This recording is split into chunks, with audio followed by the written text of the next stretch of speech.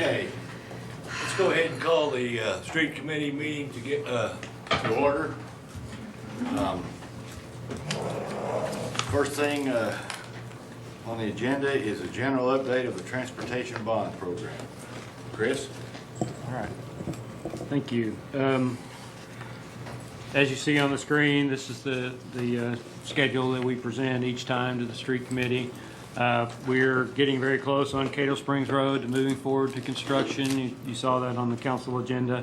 So we'll have that construction item once we get everything approved. The highway department also is reviewing those bids, and they have to provide us concurrence of award as well because there is federal money involved. So once we get through with the council approval and the highway department approval, then we'll be able to issue a notice to proceed to the contractor. Utilities are working out there. The AT&T contractor has been working for some time, so there is work beginning out on the project. On the expressway corridor project, the roundabout, we met with the medical park folks and talked about a few little items to get taken care of. We're going to update the appraisal and get that information to them. I think we're very close to getting that right-of-way acquired. We also have the hospital, which, as you know, the council took some action a few council meetings ago, and hopefully they're working on those items. We haven't had a lot of contact with them, but we are trying to move that along and get that right-of-way acquired. So as soon as we get the two pieces of right-of-way on the roundabout, we'll be ready to request authorization to bid that project. And again, federal dollars involved, so the highway department will have to give us authorization. The flyover bridge is in review. The 30% plans are in review by the highway department right now. On the highway department projects, Crossover Road, Highway 265, the city has begun the water and sewer relocations on that project. The contractor's been issued a notice to proceed. That bid date, I showed June. It may have moved to July at this point of 2011, but it's coming up. So late summer to fall, the street widening, we're ready to begin. On Highway 16 and Garland, both of those projects, the highway department is preparing appraisals and will be making offers for right-of-way. We, on those two, show a bid date for September 2011. There's still quite a bit of work to be done in order to bid those projects on those dates, so expect those may slip a little bit, but they are planning to bid very soon as the right-of-way is acquired, and we can get the utility relocations moving forward. That's all I have on the general update. If anybody has any questions about projects. Any members, questions, or comments on the old update? Okay. We'll go to the Cato Springs Road improvements. I want to just lay out some, as we get further into the agenda, we will take public comment, but just want to explain what our procedure is. We always demand that the speakers be courteous, try to be brief, address all comments and questions to the chair. That's me, not to anybody else. You get one time to speak unless a committee member asks that you speak again, or if they ask you something. And with that, let's go ahead to Cato Springs Road improvements.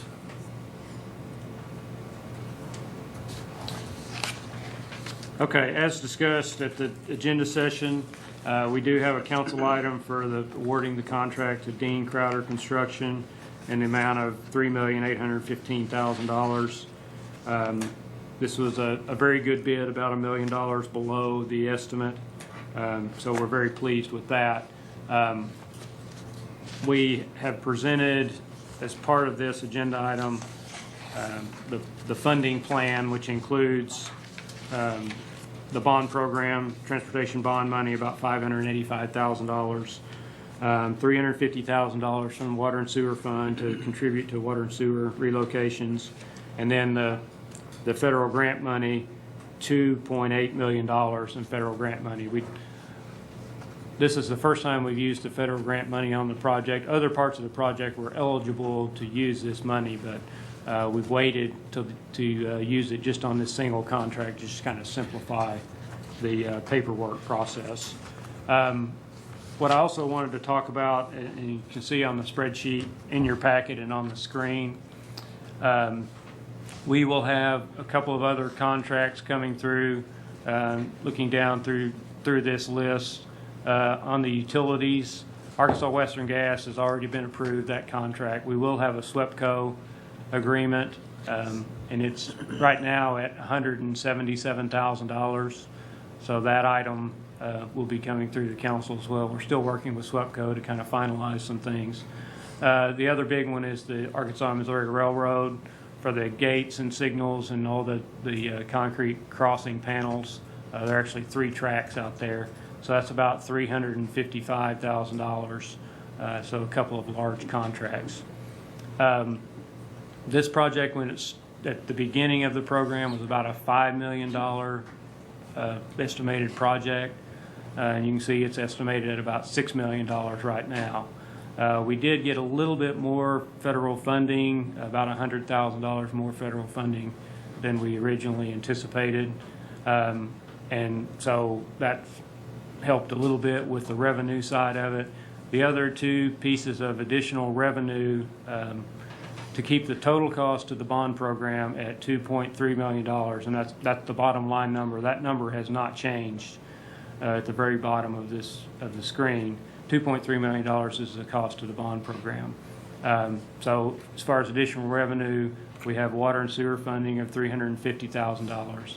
And then in the CIP, we had CIP funding in as part of all of these bond projects. Really the big one was Mount Comfort Road. We had about $500 and something thousand in CIP funding that was not used because we did come in lower than we had estimated on that project. So the proposal, and as I said, this will be coming through the City Council for budget adjustments. The proposal has used about $440,000 in CIP funding to help cover the excess costs on the project. So I just wanted to present the overall picture. This is not being proposed at the council right now. There's no budget adjustment. We had adequate funds under the bond program for the Crowder construction contract. But this is kind of the big picture of the whole thing, and when all the costs come in, this is the total cost of the project. We wanted you all to see that so you understand kind of the big picture. So, are there any questions? Yes, Chris. When would you say the first bicycle could head down Frank's Road? We're saying it's an 18-month construction project. And then it's probably 2 months before construction will start. They may do better than that, but 18 months from the start of construction. Committee members, questions, comments? No, I just move that we recommend it to the council for approval. We have a motion. Is there a second? Any more questions? I'll second that. Have a motion to second. Anybody from the public have a comment or question about this? Just hallelujah. Just a question on the drainage. I know we got a lot of water out there in this last couple of storms. We did some drainage changes as part of the road design, didn't we? That'll help those several houses that get a lot of water. Yes, there are. The storm sewer is all designed to handle the flows. That is so flat out there that I think we have some upstream and downstream problems that may not be addressed by this. But it certainly won't hurt having the better storm drainage along the street. And that pedestrian bridge is part of the construction bit? That's correct. There is a pedestrian bridge across the existing bridge. Aubrey, you have a question? Well, it's a comment on that project. Sorry.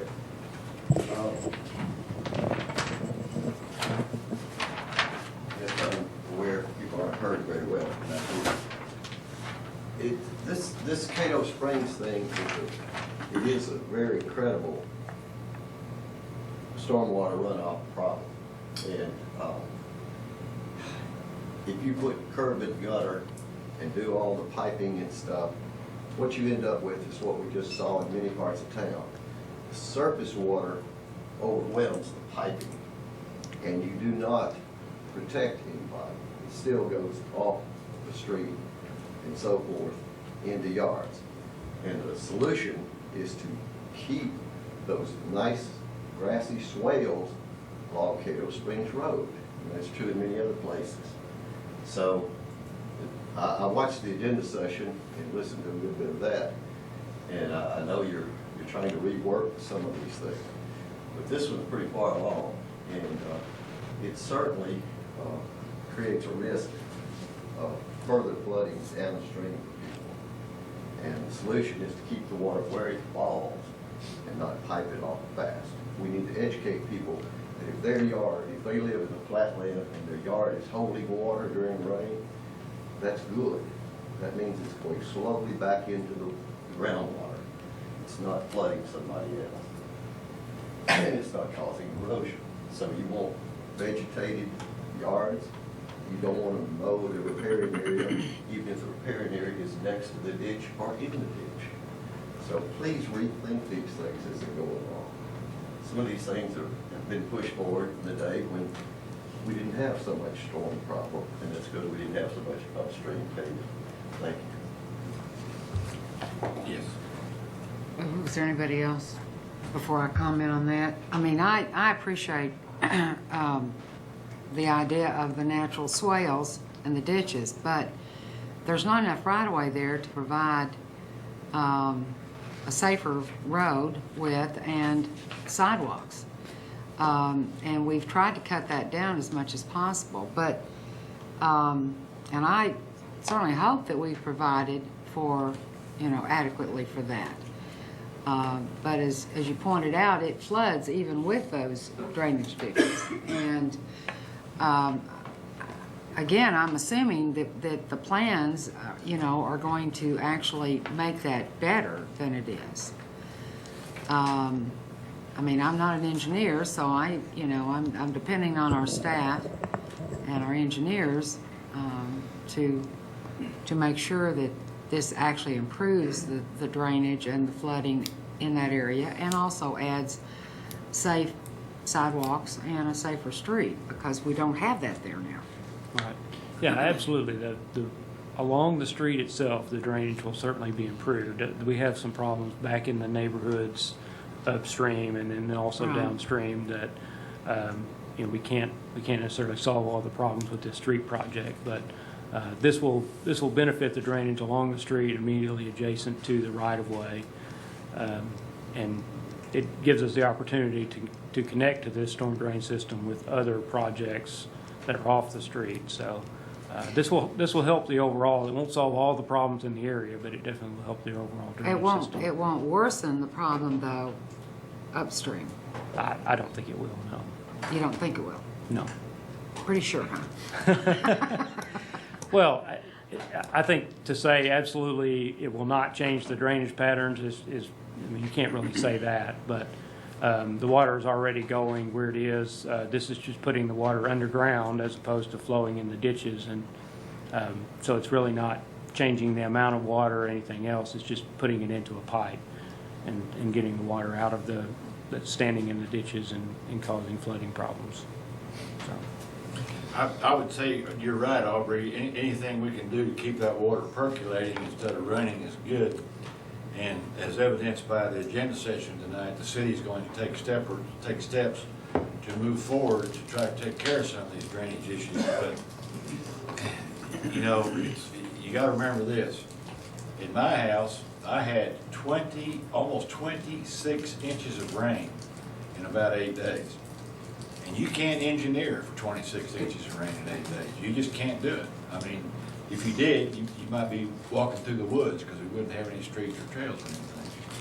But your point is well taken about when you've got grass for water to percolate and slow down.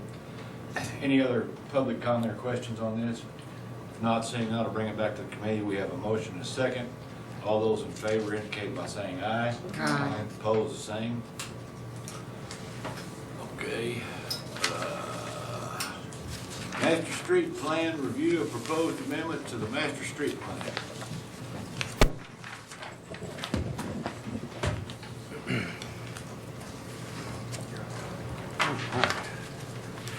Evening, members of the council. Jesse Fulch with the City Planning Department. Bringing you some updated information on the Master Street Plan. That's okay.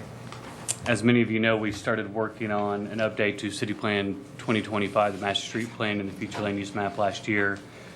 Just came out of Planning Commission last month, and hopefully we'll be presenting all three of these documents to the full council in the next few weeks. For the Street Committee tonight, we're just going to focus on the Master Street Plan, some of the updates to the cross sections and map. And of course, we did send out a full-size map and a list of the corrections or changes to the map. I think there's 45 total changes that have occurred since this went under review last year. We can discuss those after a short presentation. I know it's already been a long night so far, so I will try to get through this as quickly as possible. 4 main items that I want to discuss tonight are access management ordinance and how the adoption of that in 2008 has influenced the changes to the Master Street Plan, the development of some new street cross sections based on context-sensitive street design, our alley development, how those are constructed and how they function for our solid waste and fire department vehicles, and reduction in the right-of-way requirements, being more efficient with our use of land. The access management ordinance, a few of you may remember in 2008 when this was adopted by the council, this was actually one of the images that was presented at that time. The model on the left was generally the street configuration that we saw for many decades. Developments kind of located interior by themselves, separated from everything else, creating long, unsafe pedestrian access points to get to maybe a school or a neighborhood shopping area. You're having to walk 2 miles to get there down the most busy streets on the outskirts versus the model on the right where you have that more direct route. And it was actually interesting to see that image of, I think, Camille Lane during the agenda session. We're looking at the flooding, and that's a subdivision that has one way in, one way out. Anything happens to their primary access and they're pretty much locked into their subdivision. That's not often that has occurred. Typically, the fire code does require at least 2 access points into a development. But really looking at access management is looking at having complete, compact, and connected developments. So there's a number of outlets and inlets into a development of any type. And so you're not putting all of your traffic out into one location. Every single house or apartment funnels out into one intersection, which funnels out into the next intersection, and you create a lot of congestion that way versus separating that traffic among many intersections and many routes. So we took that access management policy, which really sets out distances between streets that you're looking for, and this is just a section of Fayetteville I took from the Master Street Plan. This is kind of the east side. This is crossover here, running north-south in Mission, and took an example where we've added a number of streets in this area. And I know one of the planning commissioners took issue with us showing this many new streets in this area because we do show it as a rural area. That is on the future land use map. We don't foresee development in the short term occurring out here, this remaining fairly rural farmland for the short term. And so then to show a bunch of streets out there was a bit of a contradiction. But really we felt it was just trying to be proactive, and that is why we showed so many. But for the purposes of access management, we included this many streets out here to begin building a grid system prior to the development that comes out there. Whether that development occurs in the county or in the city, if we provide these streets on our Master Street Plan, we ensure that we'll obtain that right-of-way and protect those future connections. And so developments don't go in here and break apart that connectivity where you may have a subdivision or maybe it's just a business that goes in out in the county. And without this being shown on the Master Street Plan, we have no way to protect that right-of-way. So we've shown a number of new streets in areas with high development potential, even if that development may be in the distant future. Whereas in a location like this, south of Mission, your constraints from the topography, from the hillside area, this is actually nearly a bluff at this point, West Fork of the Wyatt River, you really can't get that connectivity there. Regardless of what our policy is, there's just limitations in the landform. And so there's a very few number of connections in this area because of that. We've added some short connections here to get back out to the principal arterial from this minor arterial, which is Wyman. But out in this area, it's just very restrictive. You're really going to have to look at it on a case-by-case basis rather than trying to provide these connections on a map. Context-sensitive streets, this slide's not showing up too well, but context-sensitive streets is really looking at an efficient transportation system in your streets and the context in which they exist, the environment that they run through. And so I use this image on the left because it actually reminded me, if you could see it very well, of Weddington, where it's recently being improved on the west side of Fayetteville. You know, it's now a 5-lane street section as you come into Fayetteville. And you actually, if you kept going out west on Weddington, you would get into a very rural area. It'd be 2 lanes, there wouldn't be sidewalks, it would be open ditches, there wouldn't be curb and gutter. And as you head east from this point, across 540, and you come into where it actually turns into North Street, you come through some older parts, it becomes residential, the traffic speeds slow down, even though the volume may be, you know, nearly as high. The traffic volume, both are very high arterial level, regardless if you're on the west side or heading back into town. But the big difference is the environment in which North Street or Weddington, whatever you call it, exists. As you get closer to College, you begin to get into this slow speed. Pedestrian activity is greater there. Buildings are closer to the street. It tends to be more residential. If you're on the west side, it tends to be more commercial. The traffic speeds are higher, pedestrian activity is lower. But when you look at the master street plan, we color the street the exact same, meaning it should be built exactly the same. But if you look at it based on the environment, it probably shouldn't be built the same. And so we really are trying to focus on context sensitivity with our street design. And we've done a little bit on the front end here, and we've included a long-term goal in the city plan document and our benchmarks to look at our major arterials individually and look at the best way, the most appropriate way for those to be designed. On the short term, this is one example. This is a principal arterial. This is the cross section. This is actually very similar to what you'll see on Crossover, the new section that's being built. You've got your median. You've got 2 travel lanes in either direction, north and south for Crossover. You got a separated bike lane, green space, and sidewalk. Typically, with the higher speeds, 35 miles an hour and greater, you want to separate your bike lanes out. This begins to look more like College Avenue, less the on-street parking. But when you get into maybe a more urban environment, I think we call this an urban thoroughfare, you don't need to separate your bike lanes anymore because your traffic speed is slower. You're below 35, you're more 25, 30 miles an hour. So your bicycles, it's safe for them to travel in the same lane as a vehicle. It's safe for you to exit your car on the side of the street, and you don't need that separation between the traffic and the pedestrians or the sidewalk here as you do like on a Crossover situation. So you can have a principal arterial and have it designed for 2 different purposes based on your environment. And that also exists in the exact same right-of-way dimension. We're trying to be consistent, so regardless of how land use changes over time, you have the same amount of right-of-way, and so you can modify your streets as necessary. Did the same thing with our collector street sections here. This is the existing collector street, which is just a 2 travel lanes. It's 59 feet of right-of-way. What we did is we created 2 new ones using that exact same 59-foot right-of-way.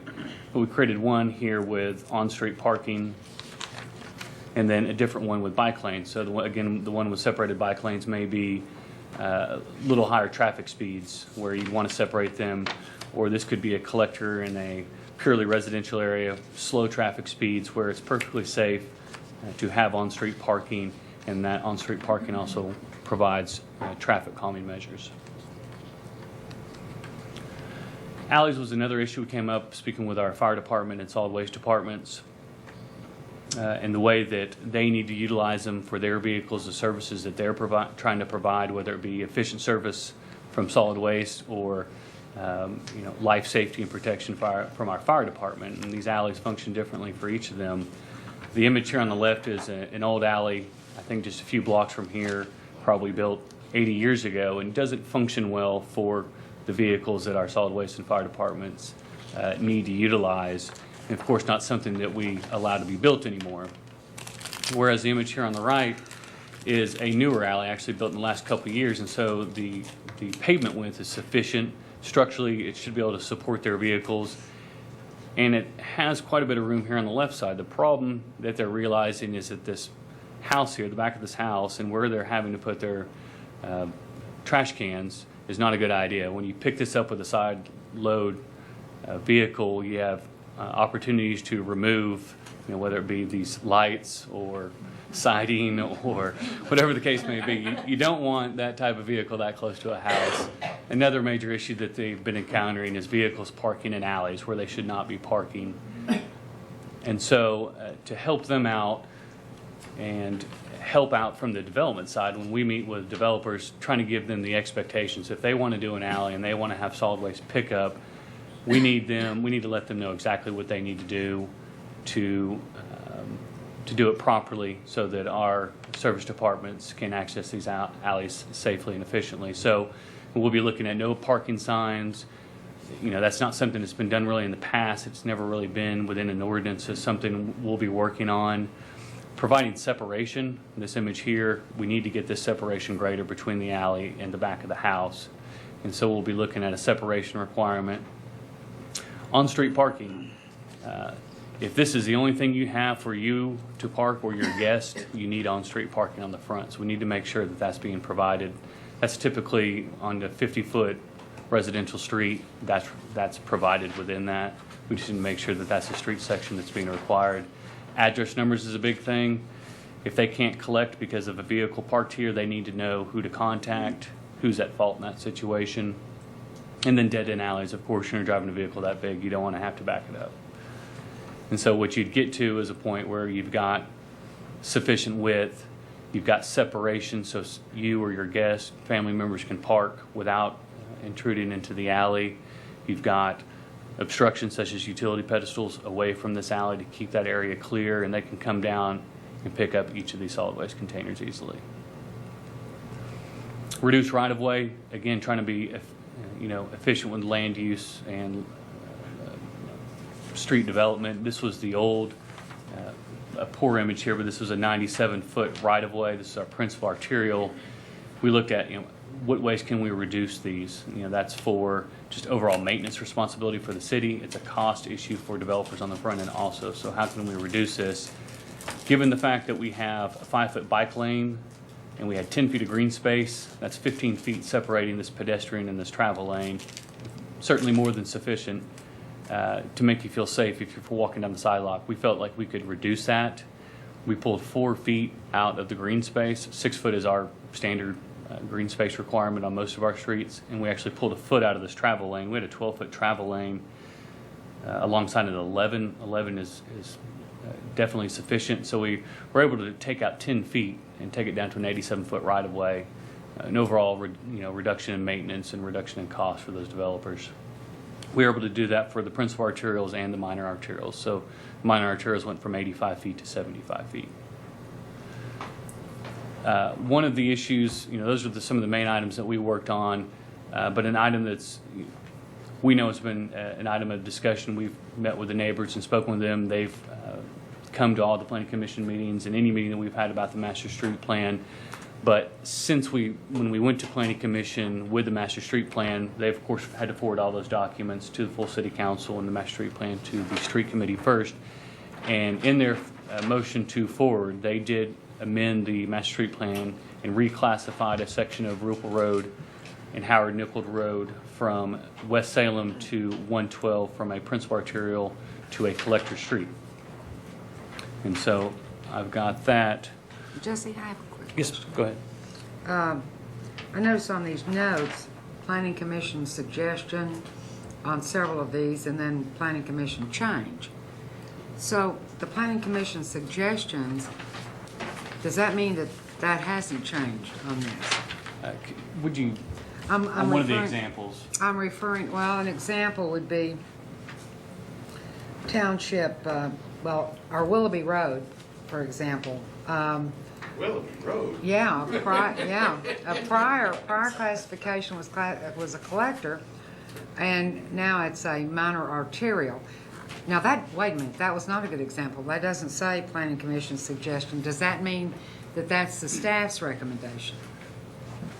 What's shown on that is what's come through to you. So the planning commission did not change. The only thing they changed on this, all of these were just ideas. we put together that list and presented that to the planning commission. And the only thing they actually changed then was the. Item 45, Rupple Road, Howard Nickell. Okay. Yes, ma'am. Thank you. Sorry about that. So everything else on here is just like the prior classification? Exactly. Okay, thank you. And so that brings us to, the main map document, and y'all have been provided with that spreadsheet of changes. So based on the information I went over and the map and the spreadsheet, questions, comments, concerns, we're here to answer those and address those the best we can. And again, when we get to the full city council, we'll go through all the documents and tile them together.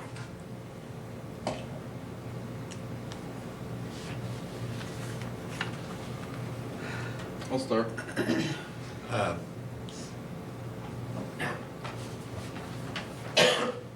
You ready? Yes, sir. Okay, I'm sorry, I was writing something. Oh, that's all right. Go ahead, Matthew. Well, I like almost all of it. I do have a couple of questions, and I don't know, I guess the first thing I need to say is I don't know if I'll be ready to make a decision on recommending to the council tonight. And depending on how the discussion goes, I might be ready for that, but I just want to put that out there. On the alleys, I had a question about, it looks like, because of some of the concerns with solid waste and stuff, I guess I'm thinking of that as a rear setback recommendation with the 20-foot of driveway separation. Were there other options discussed, that maybe using smaller fire trucks to service areas like that, or other equipment options? I'm asking because I don't know what these solutions are, but I just got back from a trip in Seattle and I watched dumpsters being served by trucks out of an 8-foot alley, and I saw stuff like that all over the city. And then everywhere else I've been to travel, whether that's on the East Coast or the West Coast, I see radically reduced setbacks compared to what we have, both on the front and on the rear, and they're still able to provide those services without requiring so much space be taken up by the setbacks themselves. And I'm starting to be a little bit more concerned about some of those policies as we start to talk about, these roads that are recommended way out in the planning area, or the cost of drainage infrastructure, or the cost of building new sewer infrastructure, or having to upgrade pipes in the middle of the town, and that sort of thing whenever infill happens. So I'm trying to be sensitive to I guess I'm thinking of these as what seem to be benign policy changes like rear setbacks that can have a big influence on the density moving forward if we're going to look at the way the town builds out long term. So were there other options discussed to things like that? What was that conversation like? How did we end up with that being the solution? How did we end up with a 20-foot? To some degree, 20 feet was a negotiable number. 20 feet is not a magic number. What we wanted to do was make sure that we were getting areas for people to park. Mm-hmm. Looking at what actually occurs in a subdivision on the ground in reality.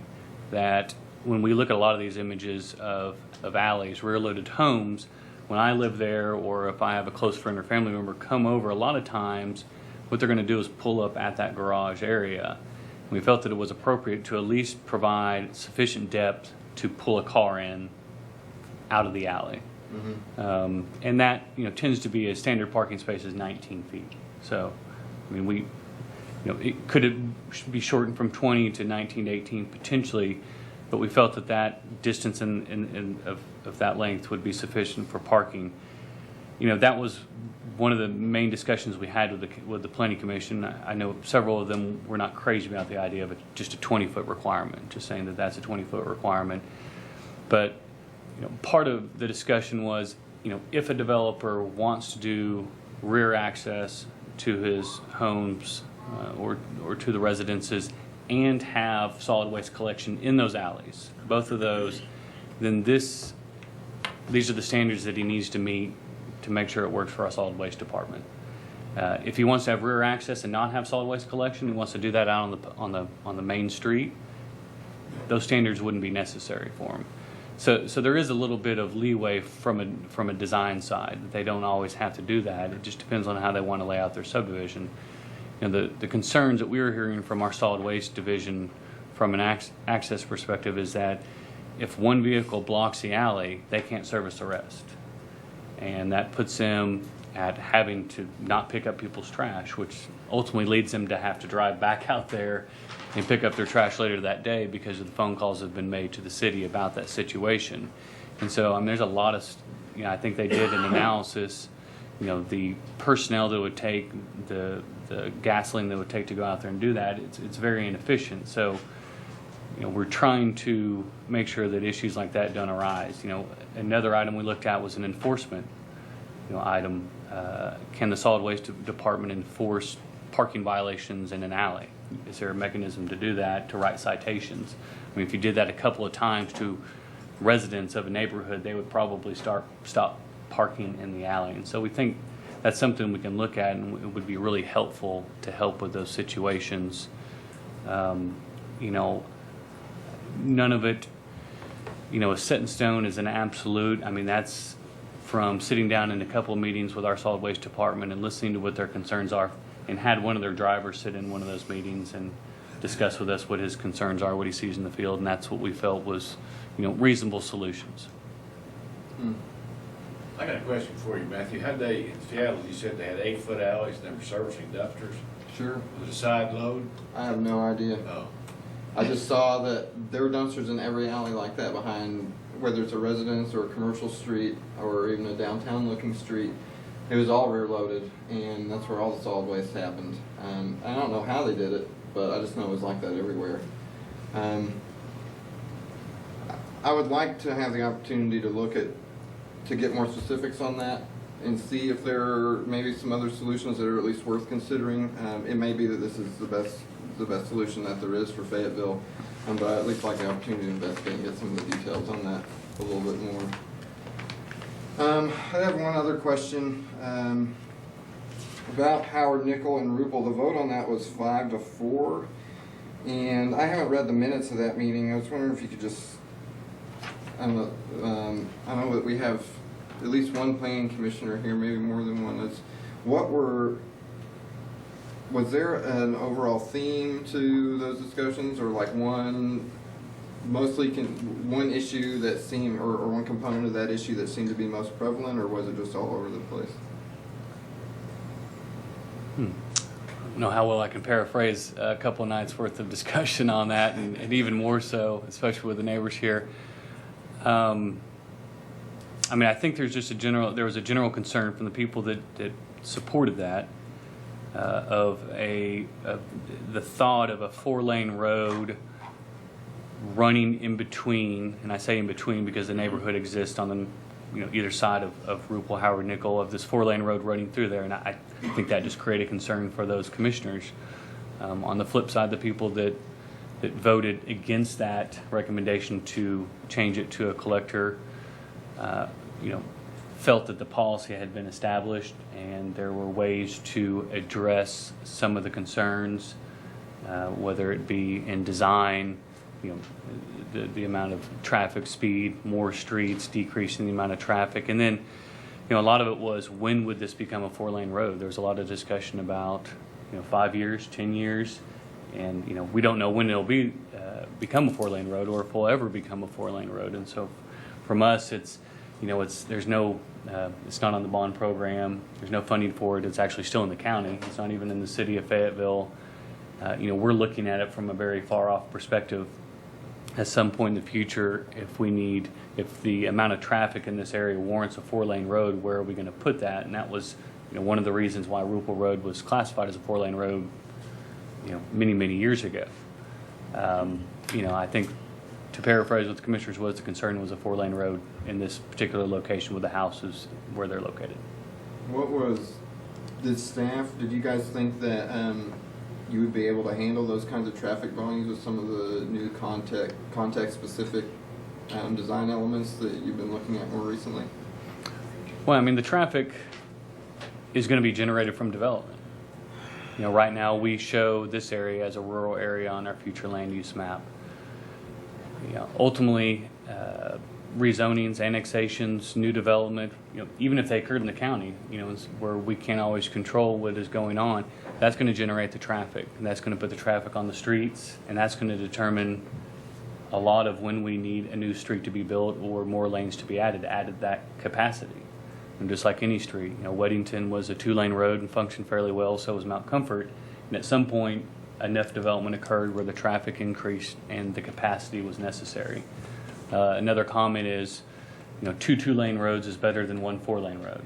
And the neighbors bring that up because we actually talk about it in our city plan document, and it's correct. I mean, that's what great access management is, a gridded system where you have lots of streets, you have lots of alternatives, so you're not dumping all the traffic out onto one street, which is a lot of the problems that we see on some of our major arterials is a development that occurred a long time ago, and all that traffic is dumped out on a few arterials, and you have to add capacity to those arterials because you don't really have another option. So between how development plays out over the coming decades and how our infrastructure streetwise is constructed out there, if we have a more gridded street system rather than just a few big streets, it may be that we never need 4 lanes out there.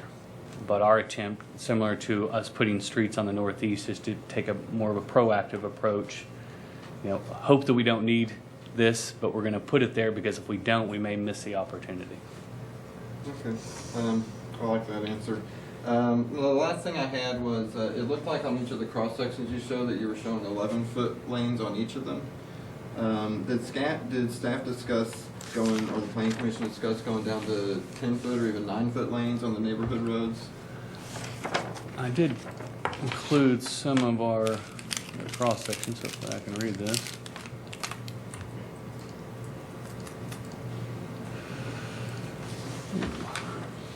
I believe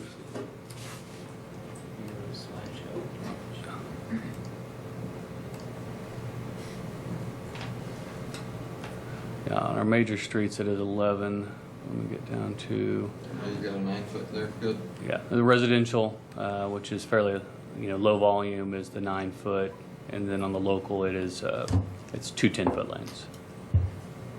It's actually 9 with a 1-foot gutter. Okay. Good question, Jesse, when he was, during, I guess you'd call it the boom period, when there was a lot of development going on, we all know that the heaviest development was in the west part of the city. Looking down the road, you're a planner, I'm not, would you calculate that probably that's where it's going to start reoccurring, in the west part of the city? I'm not sure. I mean, based on, it's really kind of forecasting the real estate market. There's a lot of unknowns at this point. But if you look at past trends, the west side was the hot spot. But recently people have talked about the east side being really underserved in lots. There's nothing out there available, and we've seen recently some of those empty subdivisions have been purchased by who, I don't know, but they've built up houses. They finished out the subdivisions, and I think they've sold them pretty quickly. So, it's where can you provide what the market wants? I guess part of my calculus was that the availability of lots. There seemed to be a lot more in the west than there was in the east. So logically, it seems to be like it would follow when it recurs, that where there's more land and more affordable price, that's probably where people are going to make investments. So, but anyway, Bobby, can yes. I make some comments or ask? I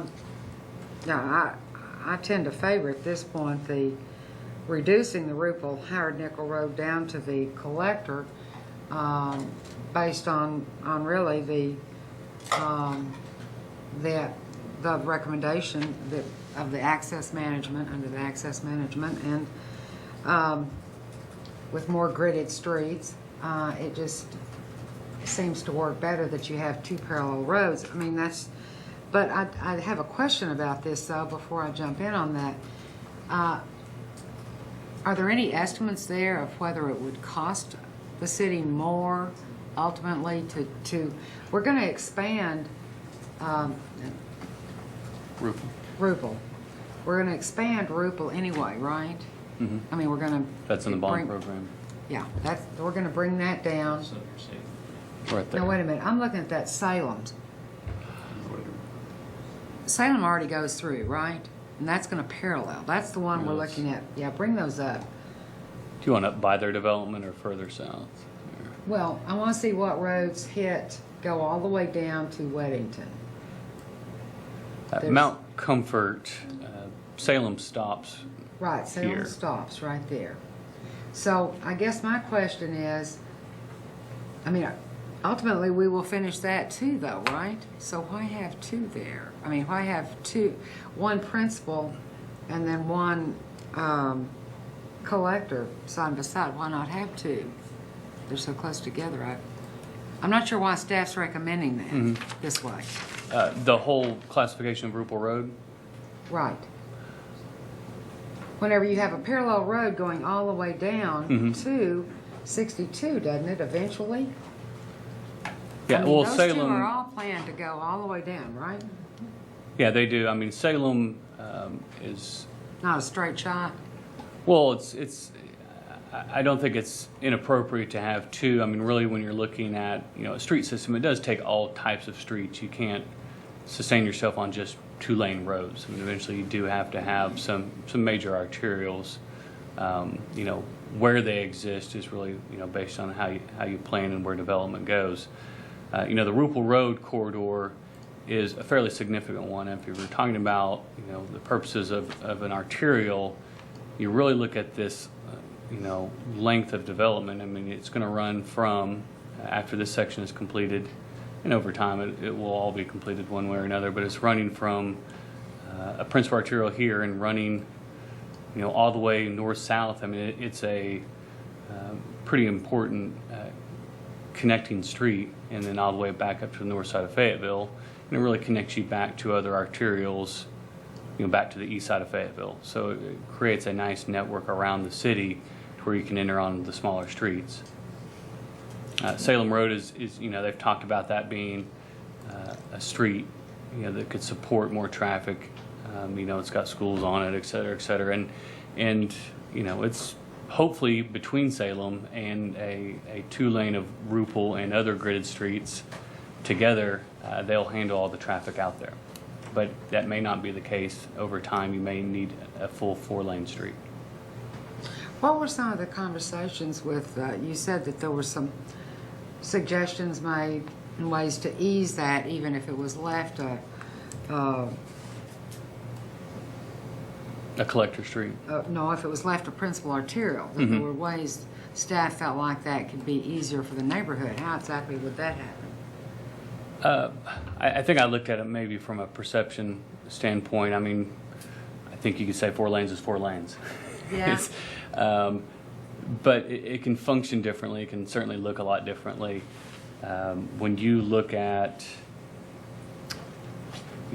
portions of Weddington that are 4-lane North Street, between 540 and Garland, it's a 4-lane road. It's really big. It's really fast.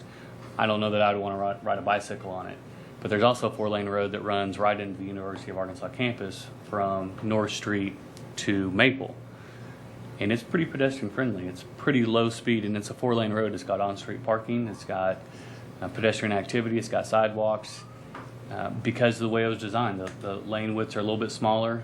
The median helps quite a bit. The land uses on either side help a lot. They're towards the street instead of away from the street. And the speed on it is a lot lower for several reasons. The land use and just the topography of the area make you drive a little bit slower. So if you can repeat a lot of those characteristics on another street, such as Rupple Road, you can get similar outcomes. But if you simply go in there and put down 4 12-foot lanes and make sure everyone's 50 feet away from the road, it's going to drive just like North Street will. I have one other question. What's to prevent, I mean, you've said, and we don't have this anywhere near planned to build this, construct this. What's to say before this thing ever gets constructed that we change it now to a collector, or we don't, vice versa? A council in the future could turn around and change this, right? Right back. Exactly. I mean, the master street plan, one of the biggest, Before it's ever built, in other words. So- exactly, it might go back and forth several times before it's ever built. And one of the big uses of the master street plan is for us to acquire right-of-way when development comes through. So there's several locations along Rupple Road where we've obtained right-of-way. And where are those? I mean, so. Their subdivision is one. We obtained 90 feet because it was a 4-lane minor arterial. When their subdivision was built, we now call it a 4-lane principal arterial. So the right-of-way is different, the number of lanes is the same.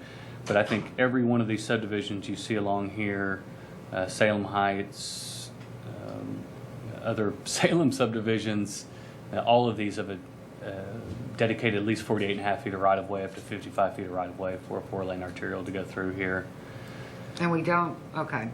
Do we have the right-of-way all acquired on the Salem Road, or? Here. Not that wide, I know, because we hadn't No, planned it. yeah, Salem, it's probably 60 to 70 feet of But right-of-way it's been total. acquired too, though, most Yeah, of it. pretty much anything built, all the stuff was built from the mid-90s on out here. Okay. We had a master street plan in place, so we've obtained quite a bit of right-of-way in those areas. And all the right-of-way was platted when those places were built. Exactly. So, if we had to go in and do something, Garland is a good example of, if you need to widen, you're going to widen based on what's going on out there. In a perfect world, Garland would have been a 97-foot right-of-way, would have had 11-foot lanes and 5-foot sidewalks and 6-foot green space and a 10 or 20-foot median, but we didn't have that much room, regardless of the right-of-way requirements. Yeah, We that's we true. had to design something to fit the space. Rhonda? Well, I support the change to a collector. I'm glad that the planning commission voted that way. And I've made a visit out there, and I think a lot of people have too. And I think I'm conflicted by the fact that we talk among city leaders about alternate transportation and getting people out of their cars and figuring out a way to have some more public transportation in our city at the same time that we plan a long-term plan that lowers the property values for these people. I know some of them knew it when they bought it, but I don't see why we would want to make this a part of a plan for future buyers and for those who might want to sell their homes today when we don't know what the future holds. We hold the right of way, so a future council could change it back. And I'd like to see us encourage our neighborhoods to flourish and our property values to stay up, and support the good work of our planners and engineers every chance we can. But I think in this case, a change down would be a very good idea. And there are some other things I have to say about it, but just on that issue right now, about the entire master street plan, I'm not sure I'm ready to vote now, but on that one issue, I'm thoroughly convinced and totally convinced that it would be good for us to go ahead and change that back down. I can tell you from what I'm hearing right now, I don't think we're going to be making a recommendation from this committee to the council. Well, we just have to see. Is there any more comments or questions from the committee right now? Not open to the public? Yeah. Turn the lights on.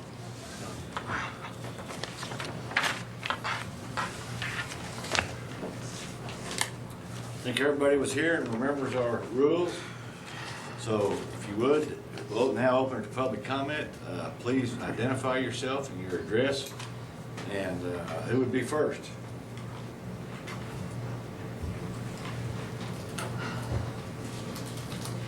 Brand Alexander, 1946 Fox Hunter. I just had a question for Jesse. I'd like to know on the legend, what classification are the yellow and brown streets? You don't have to go to my street. I just want to know. I just want to get to the legend. Here, We all here know. we go. We all know where I I think it's city limits. Didn't Yeah. have to do with Oh. limit. That's the city Gotcha. limit sign. The yellow He's is. way I'm way Go off. back I'm up to where guessing. we're talking about. And loopy-doo there, that's Fox Hunter that goes down to the river. I just want to know what that color classification is on your legend. That's not it. It's that one. You're missing out in my house. Well, let's just get in this.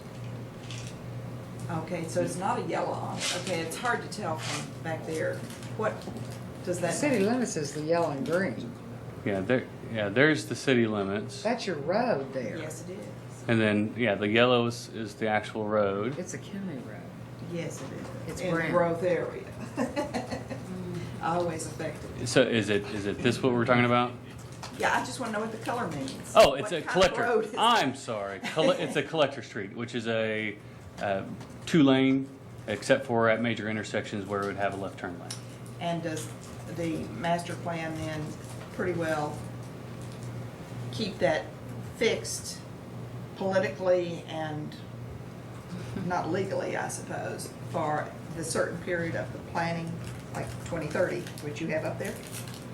We update our comprehensive land use plan, future land use map, master street plan every 5 years by resolution. So there's no guarantee. I know there's no guarantee. I just didn't know the coloring because there's not a legend that I could see Sorry. back there. Yeah, So collector That's street. good. Thank you, Jeff. You're welcome. Who would be next?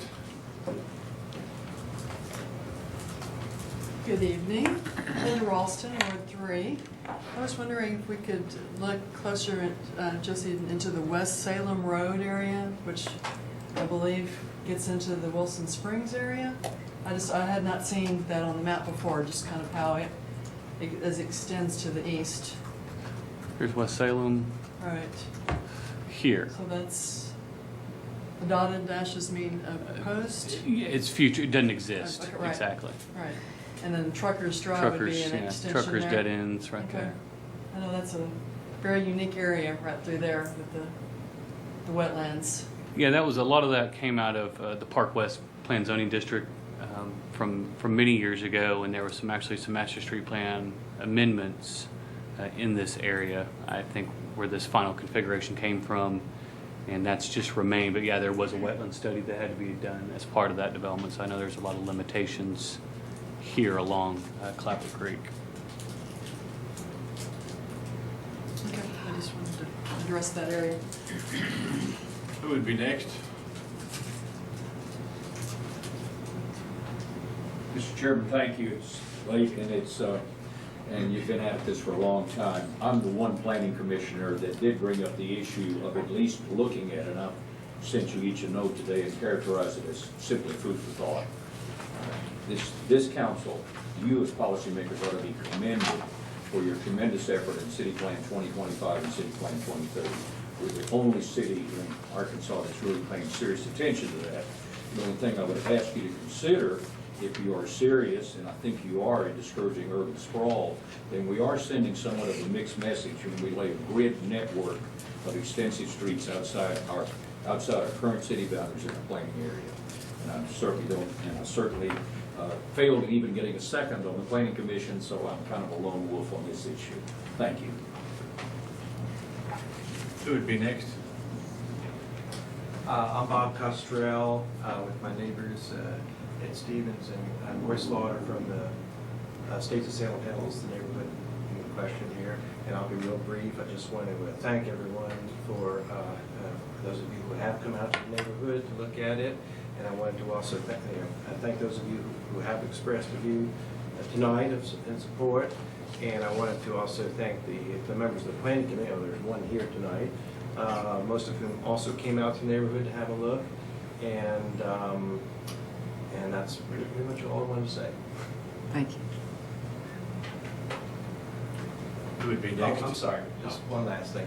There was a question with regard to what the discussion was at the planning commission, and it's actually all on the web.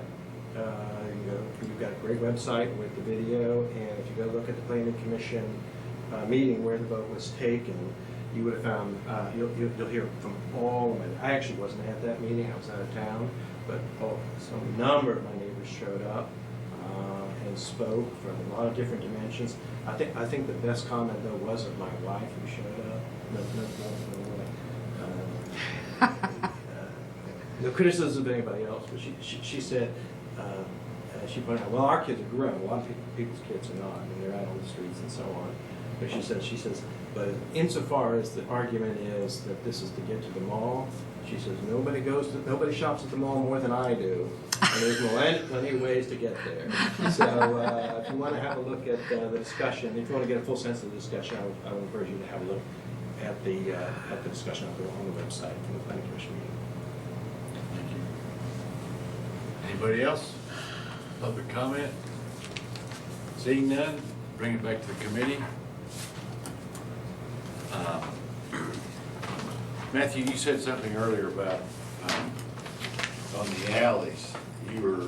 Is that something you think that you could, have a conversation with or planning between now and the next meeting, or are you talking about down the road? You know, I even think, you know, if we want to send this to the council without a recommendation either way, you know, I think that's something that we could talk about at the council if there's anything that catches staff's ear on that. And, you know, maybe that nothing catches their ear, and so there won't be any further sustained discussion on that issue. So I'm really open to whatever the next step of the process needs to be. But I will say I would not be ready tonight to vote with a recommendation. With some of these other details that I'd like to explore. But I don't think that needs to hold us up. I'm not sure what the other options would be for us. Questions or comments? We're talking about things that could take a long time to check into, right, and to visit with, and you're talking about major changes, not just minor, not just ideas. I don't know if I characterize them as major changes.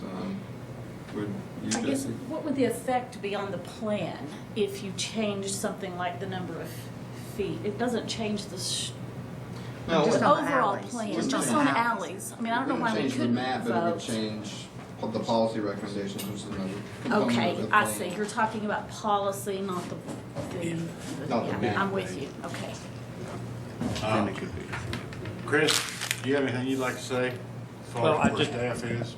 I guess just to follow up on what Matthew was talking about, the alleys, and we've talked to solid waste about, you know, these alley configurations.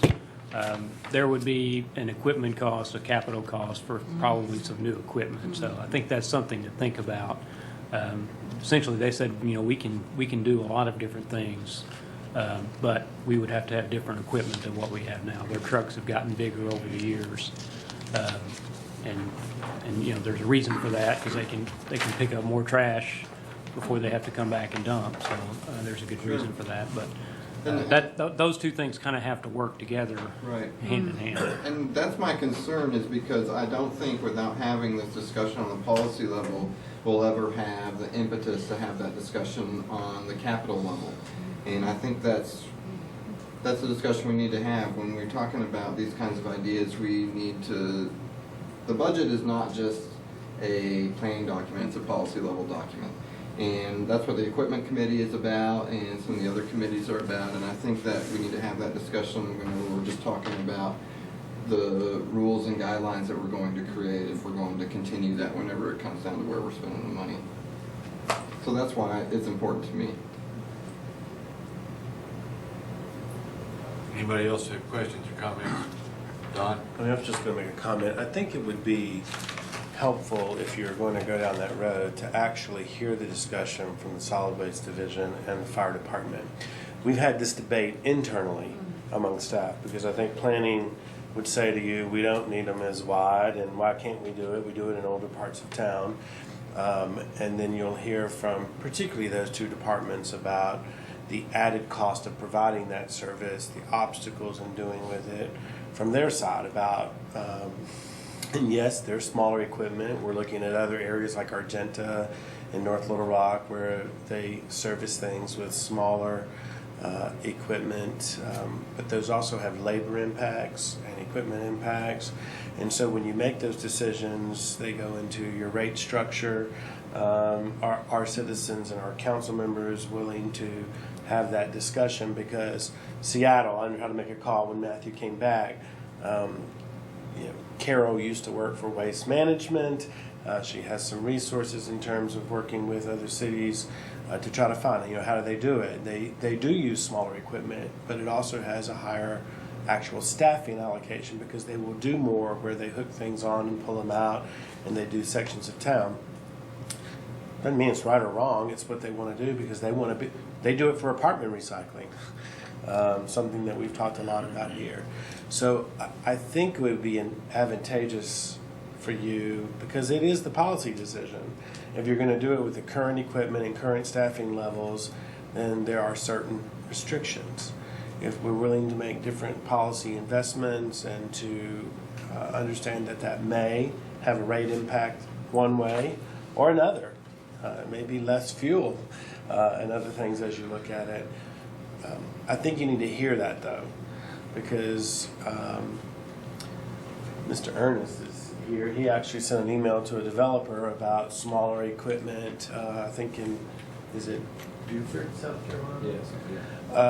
As it relates to fire trucks and their access points and the fire code that our fire marshal signs off on. And then we heard from the fire department all the differences in population, response times, coverage, density, height, that those pieces of equipment may or may not provide to. So it was very educating to me to hear both sides of that argument. And I think that is the discussion you need to have. I mean, and whether that takes place at the council in this 2025 or at this committee first for you to feel comfortable to make that, it's going to have to take place if you want to not buy the same type of equipment with the same staffing levels and service some of the other areas. There is also, if we're going to encourage infill, it's going to require discussions about infrastructure and infrastructure investments,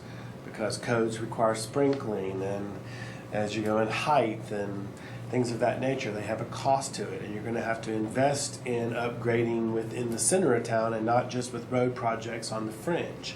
Again, it has an impact, and that's the direction that I guess we're looking for. And you're weighing those. And I'm using that as an example because some people will argue that we are encouraging sprawl because of our upgrading of our water lines, which have tended to be done with road projects. Because we're already having to move them, it's less costly, but that's why you have a larger line on 265, 15th, Garland, Cato. Those where the roads projects are being spent. And so you make it more appealing and lower cost for a developer to develop in that area than to come in and have to do their own upgrade on Hill Street to take a 4-inch line to an 8 or a 12 at their own expense versus us doing it when we're relocating for roads. It's a much bigger discussion when you start talking about the budget policy of where you make investments in your CIP plan, your road expansions, infill versus these other areas. And I'm going to say to you, I know it's an unpopular view because of this, but when you're in my job and you're looking at this discussion you're having just with Howard Nickell and Rupple Road, and you have a budget that's $1 million below what you need, you're doing transfers from capital to do it, and you're going to establish a new area that could require the purchase of new land with land we've already gotten, and you're going to have a different neighborhood. This is all about moving a problem. If you're going to have a future road somewhere, having that discussion somewhere in the future with somebody else.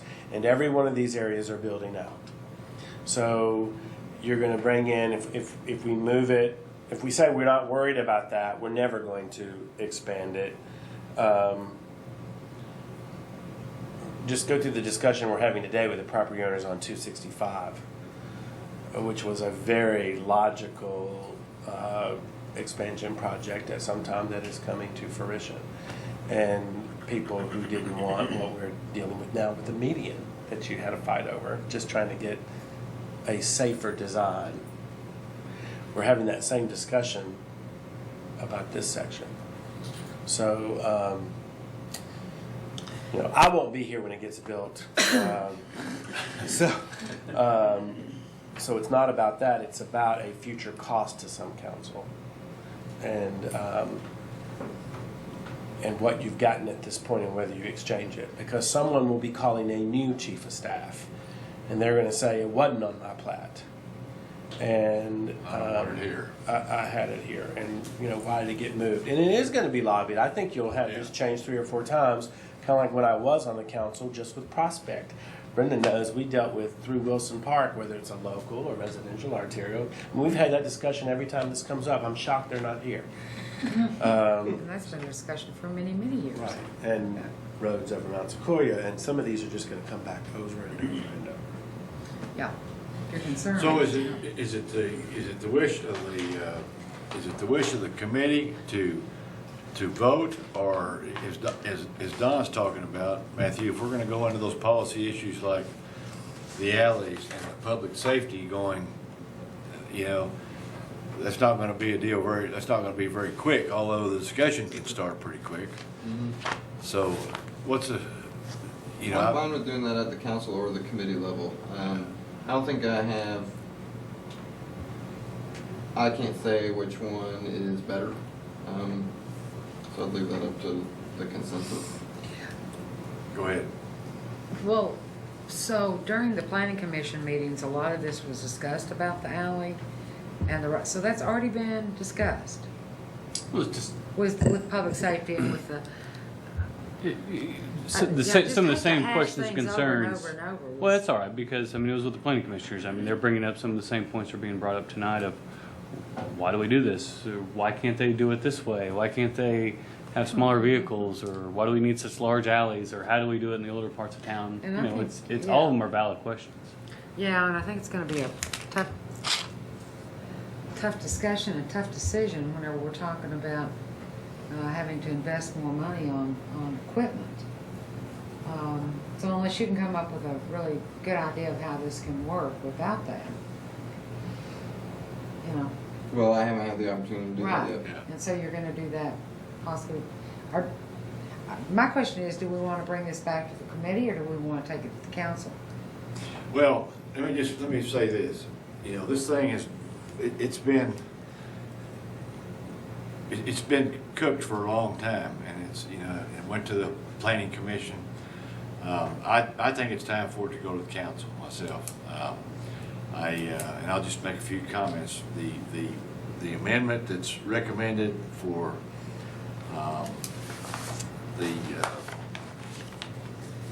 the master street plan out there on Rupple and Howard Nickell is, I have this to say about that.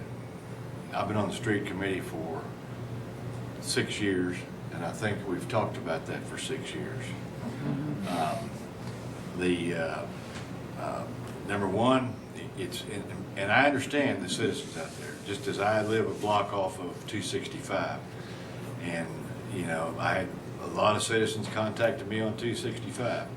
You know, they wanted to put bicycle lanes. They wanted to put sidewalks as big as some city streets.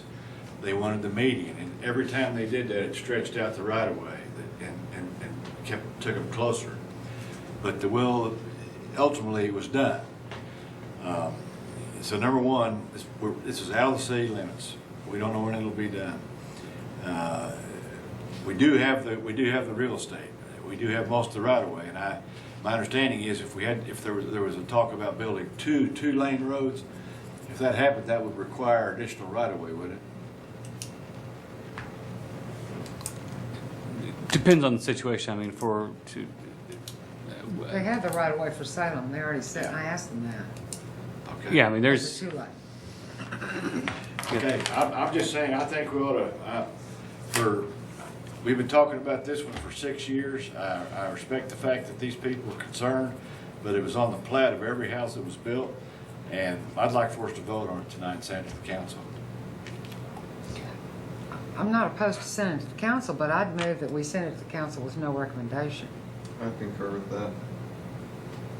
Well, is that a second? Sure. Okay, we got a motion and a second that we send this to the council with no recommendation. Anybody else got anything to say? All in favor, say aye.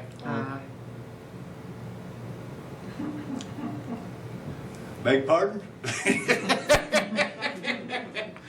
Okay. I said aye, but I said it very low. That's fine. That's Okay. fine. Okay, we're done with that. It's going to the council with no recommendation. Thank everybody for showing up. Next one will be Lafayette Street, discussion regarding a temporary construction access to the University of Arkansas campus at Lafayette Street, Arkansas Avenue. no, turn it off.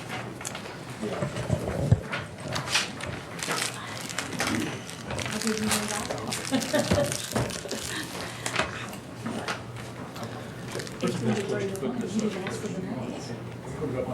Yeah. It was not 3-1. But that's okay. There. Well, I mean, he asked for the ayes, but he didn't ask for the nays. I knew it But was that's gonna be a okay. tie. It's gonna be, yeah, we'll do that. We've got 7-2 too. No recommendation. Yeah, what's on the side? It's gone with no recommendation. Yeah, that's right. But you're right. Well, I'm moving. Yeah. We didn't do it. Does it? Okay.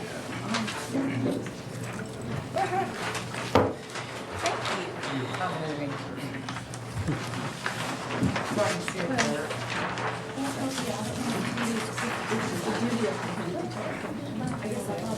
It is. But I mean, I've been on the board of several. Behind me, I don't have We sent it with no recommendation. Yes. Just like they have a concern. Introduce you guys. Get over here and hide behind you. I was going to introduce you. John Diamond. Okay, I'll just introduce you and then you can. And it's exciting. I would say This one. 99% of the time. But, Get yeah, recommendation. well, We didn't have a drawing. But either way, I've no real, no description of it, no discussion, no nothing.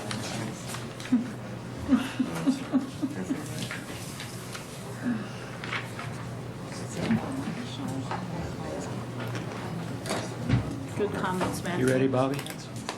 Yes. Okay. That community design group.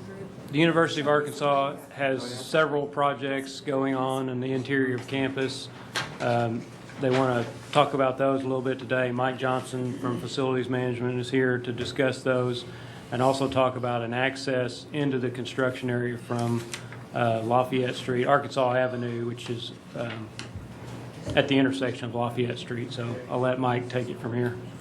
Let me introduce first Jay Honeycutt. He's our Director of Campus Planning and Capital Projects, and also John Diamond, who's our Associate Vice Chancellor for University Relations. Mr. Chairman, members of the Street Committee, it's a pleasure to be here tonight to present this informational item. I apologize we didn't have the audio-visual piece, but not talking about Cato Springs Road tonight either. The university has had a pretty active building program over the last 10 years or so. We're wrapping up a number of projects over the next 2 to 6 months. But this summer and over the next 6 to 8 months, we're embarking on another large renovation, stewardship, and renewal program, along with some new construction addition.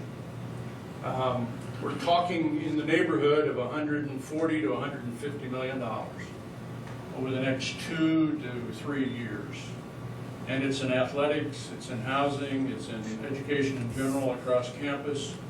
It's in parking and transit in a couple of areas, it's in senior sidewalks, it's in utilities, it's kind of a whole cross-section.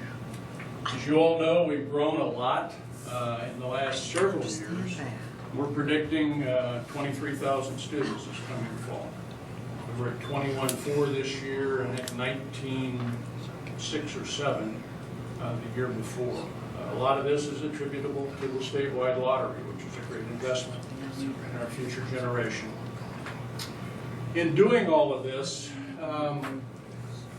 we have been able, through a facility fee, to be working on elimination of deferred maintenance. We have about $225 million in deferred maintenance across the entire campus, and it's accumulated over the last 25 to 75 plus years. Through no fault of any one particular individual, group, or whatever, decisions were made for good reasons at the time, and we have a lot of deferred maintenance. A lot of that deferred maintenance is in our iconic buildings. We have 11 buildings on the National Register. A couple of years ago, we were very lucky. We have the core campus. It's now a national recognized historic district. We developed a historic preservation master plan using a Getty Foundation grant. So we've done a lot, and we have an opportunity. as we've done Old Main in the last 20 years, bring it back to life, do the same thing with Ball Walker and with Ozark Hall. They happen to be in the interior of the core campus. Ozark Hall, located right here. This is Old Main. This is the lawn. Ball Walker, first built as a library, but in the 70s, the School of Architecture moved into it. Ozark Hall has geosciences and graduate school. We're doing work in this quadrant. We're finishing up Peabody Hall. We've taken the white paint off of it, the total restoration. It should be back online in the July timeframe. We're working on the exterior of ROTC to restore it, redo the windows, doing central air conditioning. That's with the Arkansas Natural Cultural and Resources Council, ANCRC grant. We're also going to be working in the next year on the exterior of Memorial Hall, Phase 2. That's also an ANCRC grant, and we hope to go after a third grant the following year that will allow us to complete the exterior restoration of Memorial Hall, another registered building, a student union, before we built a student union down in this area. We're also looking at replacing the Science Engineering Auditorium, 372 seats, and Geology building. That's in between the Greek Theater and Farragut Hall and Science Engineering building. We're going to start the demolition this summer on that project and replace that with, by the summer of 12, with a 490 seat and a 286 seat set of auditoriums, and that will allow us to do some little larger classes and again allow us to deal with our growth. Going to be doing work on Yoakum Hall, adjacent building to Bruff Commons. We feed about 3,000 people at lunch on some occasions in Bruff, and it has 600 seats. So we're going to add some seats, add some beds. In addition to that, we'll also be working on Hotz Hall over the next several years and returning it to beds by the summer of 13. We'll be finishing up by December the nursing building, which is the old health center. We're adding on to that. It's upper level nursing and a speech and hearing clinic. That should open in December, January of this year. Football operations center it is starting with some utility relocation. And over the next year and a half, 2 years, we will do a football operations center. The practice fields will move to the south side of the indoor practice facility, and half of that practice facility, there's a regular natural field, artificial field, and the artificial field will be over parking underneath it. So we'll have parking still available for the Hyper facility. And back to, and one last thing, Child Development Study Center. Combining infant and child development in 2 inadequate facilities into one larger facility, and we're going to go to about 144 children in that facility as opposed to about the 30, 35 we can currently handle. That is also starting construction this summer. So a lot of work starting summer of 11. Some of it finishing between now and summer of 12, some summer 12. These 2 projects, summer of 13. We're into the core of campus, Dixon Street, Arkansas Avenue, Maple Street, Garland Street. That essentially is the historic district that we just had designated. Picks up a couple of buildings here, a couple of buildings here, and a little bit across the street here. If you look at our pedestrian flow in campus, there's 2 major east-west flows. There's a smaller one here, and a couple of major north-south flows. One is Campus Drive, which used to actually be a drive. One flow is through the portico of Mullins, and the other flow comes past Law and comes down to the west side of Mullins Library. So we have a north-south, north-south, north-south, 3 east-west. That's all pedestrian. Majority of the pedestrian flow is in this area. Parking garage, 1,500 spaces. Parking garage, 2,150 spaces. Parking garage, 600 spaces. Thoughts of a future one somewhere up in this area, but that's well down the road. very little surface parking left on the core campus. That's where we've been building. And we've been pushing it to the perimeter, so it's fed by larger streets, and that makes this a much more pedestrian-friendly area in here. Our challenge is access to these two projects and realizing we have a third big one. This is about $80 million in these three. The Hillside Auditorium, again, starting this summer, demolition of Science Engineering Auditorium, demolition of Geology, will be fed off of Dixon Street. So it'll come to the south on this southern street. Projects up here have been fed off Maple Street. And that leaves us these two projects kind of in the core. We've looked at access off Dixon up in this area. We've looked at access here. We've looked at access around the Greek Theater and here. We've looked at access back through here. And looking at all of it and trying to, and safety is first, last, and always. Pedestrian safety, vehicular safety, construction vehicle safety, and then looking at our neighbors and our neighborhoods around the side. And what we've come up with is the idea that works best for everything and spreads the overall construction load around the three sides is to go and remove a portion of the rock wall at the intersection of Lafayette and Arkansas. Coming up through some trees, staying to the south, and then following on the north side of the walk. It's a tunnel. It's also a utility tunnel in here. Across the campus walk, it's 20-foot wide. Temporary access into here, and then this would become a one-way going out in between Home Ec and Agri out to Maple Street. So two-way to feed Ozark and its project. Continuing into here, there's going to be a tower crane on the south side of Ball Walker where you can unload, spot it, and the trucks, bigger trucks could go out. So this would be two-lane. This would be one lane going out. It's very narrow with exits, fire exits in between Home Ec and Agri. And this one lane will be right up against the portico of Mullins because we're going to add on to a back building to Ball Walker that will essentially be this same shape back here. And Ozark, we're also adding on, so it will be a U when we're done, in this area right here.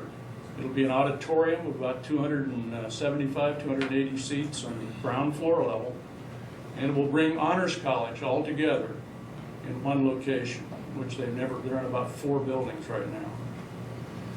Geosciences will move back in from the Fulbright College, and the graduate school will move back into this area. So there's 3 big occupants in that building. We are renovating all of the campus drive. It is brick with some precast pavers. We're going to be replacing the lights, replacing the precast, which is cracked in a lot of places from vehicles and other things, with red brick. We're extending the drive all the way to Maple. The work you're seeing right now, and this is between Memorial Hall and Plant Science, the work you're seeing now is a sanitary storm line coming out of Ball Walker, a storm drain line, not sanitary, coming out and going to Maple Street. Ball Walker floods routinely into the basement because it sets in a little bit of a bowl where there is no drainage. Trying to take it this way, we already have issues down here, so we're going to take it out to the street, and that's what's being installed currently. We also ran a 12-inch water line off of Arkansas to feed Peabody in its construction. We're going to run that line up. It'll feed Ball Walker, go back and feed Ozark, and we'll come out and tie into Dixon. The fire chief is here. We've been working very closely with the fire department, upgrading our water lines and our water pressure and our firefighting, because every building we're renovating is having sprinklers installed. We had very few sprinkled buildings on this campus 10 years ago. None of our housing was sprinkled 10 years ago. About 50 to 60% of the housing is sprinkled now. And every building we've renovated, we put in fire sprinklers. We're also putting in a second elevator, putting an elevator in Vol Walker, so we have ADA and that type of thing. We've tried to minimize any temporary damage and eliminate any permanent damage in any of these. We believe as you flow through these 2-year construction projects, early on, you're going to have demolition in both buildings and excavation. That's a lot of 3-axle dump truck type work. Later, as you work on the foundations, you're going to have a lot of transit mixers coming in to pour footings, foundations, floors, and that type of thing. As you get into steel and rebar, then you're probably going to have a tractor trailer or 2 or more involved. We believe the 3-axle traffic can probably go either up and down Arkansas or Lafayette. The tractor trailers would be better off lining up to come in. You'd have turning movements here, turning movements here. This is really one way here, all the way around this loop. You'd have turning movements down here. This gives us the straight in ability to come in, unload, and go back out this way. This is very narrow. We're going to have to actually take out some curves even to create the one-way exit, because we've got some fire hydrants and some other fire items in that area. It's very congested. You've got traffic and pedestrian movement.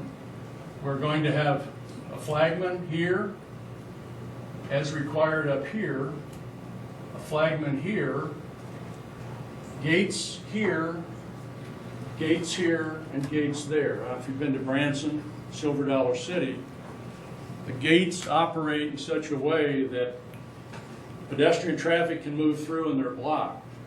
When they open up, the trucks come through, but the pedestrian traffic is blocked. We're going to have a flagman in all those areas. We're going to have to control traffic. We believe the majority of the heavier truck traffic is in that first 8 to 12 months. That's when you're doing the demolition, the excavation, the concrete, and that type of thing. Once you start doing framing and working on the interior, it's smaller trucks. You still may have some tractor trailers, but they're going to be delivering furniture. They're going to be doing other things like that. Summertime, realistically, the work is daylight hours, so it's probably going to start 6 to 7 and probably go till 4, 5 in the afternoon. Wintertime, we're probably talking more 7:30 and going till 5, 5:30 in the afternoon, Monday to Friday. There may be Saturday work, but Saturday work connotates overtime. So ideally, the 22 months, they can work on a Monday to Friday basis. Honestly, when they pour concrete, a lot of times they're going to come in at 3 or 4 in the morning to get the pour started and not be on the city streets when you have morning traffic and that type of thing. And that's normal on any construction project that I've done in the 7 years I've been here. And I think it's pretty normal for any construction done. You try to get the trucks off the streets before the morning traffic. It also gives you all day to work the concrete until you're done. And we think that the transit mixers can probably negotiate coming up and down Arkansas. Again, it may feed up there because you're feeding off college. You may be feeding off college. You may be feeding off college. You may be coming from down below, from the south, and trying to work, or coming to the north. It depends on where the people get the bids when we actually establish the construction pricing. Safety, safety, safety. We're going to put 6-foot fence on both sides of it so that people can't get intermixed with the traffic. We're looking at vinyl coated, probably a dark green or a black vinyl coated fence that would help to blend in to the area. When we come through, when we take the wall out, we're looking at video, we're looking at numbering, we're looking at palletizing and secure storage, and we'll go back and rebuild the wall. We did a similar thing when they relocated the entrance to Cornell Hall. Cornell was done in the 01, 02, 03 timeframe. The entrance used to be closer to Arkansas. They moved it back, redid the wall. We had an unfortunate accident in the corner where a tractor trailer tried to cut the corner and went over the corner. And we actually rebuilt that wall. And that was part of our historic preservation master plan. We videotaped that. We had training for our carpenter shop and how to lay all that, and then we actually rebuilt it. During this next couple of years, we're going to repair that wall. It needs a lot of tuck pointing, there's some loose stones, there's other problems. So it gives us an opportunity to also work on it and do that. Be a gate at night. The sidewalk on this side of the street will still be closed when we're not using it. The gate will. The sidewalk stays open. Probably take out 3 or 4 of the metered parking spaces so we have plenty of sight lines for people coming and going. We talked to the city about making that a temporary 4-way stop for the 2 years of the construction. We have also talked to the city, just discussed with them, have not made any decisions. There's only parking on the north side of these 2 blocks between Gregg and Arkansas. It's about 14, 15 spaces. We've talked to them about the potential in the first year of this construction, when there's going to be some of the heavier traffic, about not having parking between, say, 6 or 7 in the morning and 5 in the afternoon, Monday to Friday. Just discussions at this point. It's fairly narrow, even with just parking on one side. So we're just looking at that aspect of it. When we're finished, we will restore the wall. We will take up the road. We will go back and resod and replant. There are 3 trees in this proposed route. One of them is in pretty bad shape and is going to be removed. The other 2, one's a magnolia. I don't know the other one. And we're gonna transplant those to the other areas on the lawn. The lawn took a lot of damage, as the rest of the city did, in the ice storms a couple of years ago. We've been slowly trimming and seeing what Mother Nature's going to leave us when she's done. We have some unusual shaped trees left there, like the rest of the city. But we'll clean that up. We have gone out of our way to leave that main lawn usable and functionable. For weddings, the flagpole is out in here. ROTC, Air Force and Army, use that. I've attended several ceremonies. That stays usable for them. You'll notice that most of the walks run east and west. By following that flow, we allow this flow to still happen and this flow to still happen. It also allows these 3 flows to still happen with us maintaining safety controls there for the trucks crossing. And we'll work through that as best we can. If somebody's up here and needs to come down here, they'll have to go here. If they're down here, they'll be able to flow around the building and be able to access this way, or they can access up and down. If we came up, we would cross about 8 senior walks here. We cross 3 there. We also cross some tunnels. We will put steel plates on the senior walks. We're going to video and take photographs, put them up on a website. People want to look at their name, they can still do it during the 2 years. And then we'll restore it when we're done. We'll put plate across the campus drive, but we're going to have to be careful there because we still want to keep it ADA accessible so that they can still move from north to south in a wheelchair and that type of thing. So it's not going to be a road construction. The road in this section will be a engineered fabric on the ground. We'll take off the grass and it'll sit on the ground. We're going to use some heavier rock. We're going to wrap that fabric and put a SB2 type surface on top of it. So it's a gravel. It's not going to be paved. It is not permanent. It's temporary access. And then we'll have the fence on both sides. We'll pay attention to the drainage and work our way through it. We looked at a number of alternatives. They took more trees, they crossed more walks, they had more impact. If you come up this way, you essentially block off that whole quadrant. what we've tried to do is keep the flow so that access, and the access for people coming across here is not as heavy as the pedestrian flow down in here, so we've tried to accommodate all that.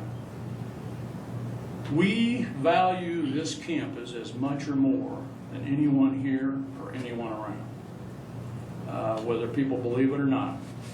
We've done a lot of great things in the preservation areas over the last 5 to 10 years, and we'll continue that. We are totally renovating Ozark Hall and Ball Walker Hall, bottom up. Roofs, windows, tuck pointing, all the interiors, trying to keep as much of the historic features on the main floors and the main corridors as we can. The terrazzo, when we did chemistry, cleaned up that terrazzo and it's like it wasn't 75 years old. Best investment you could ever make. We intend to continue doing that for these 2 buildings. We've done Peabody.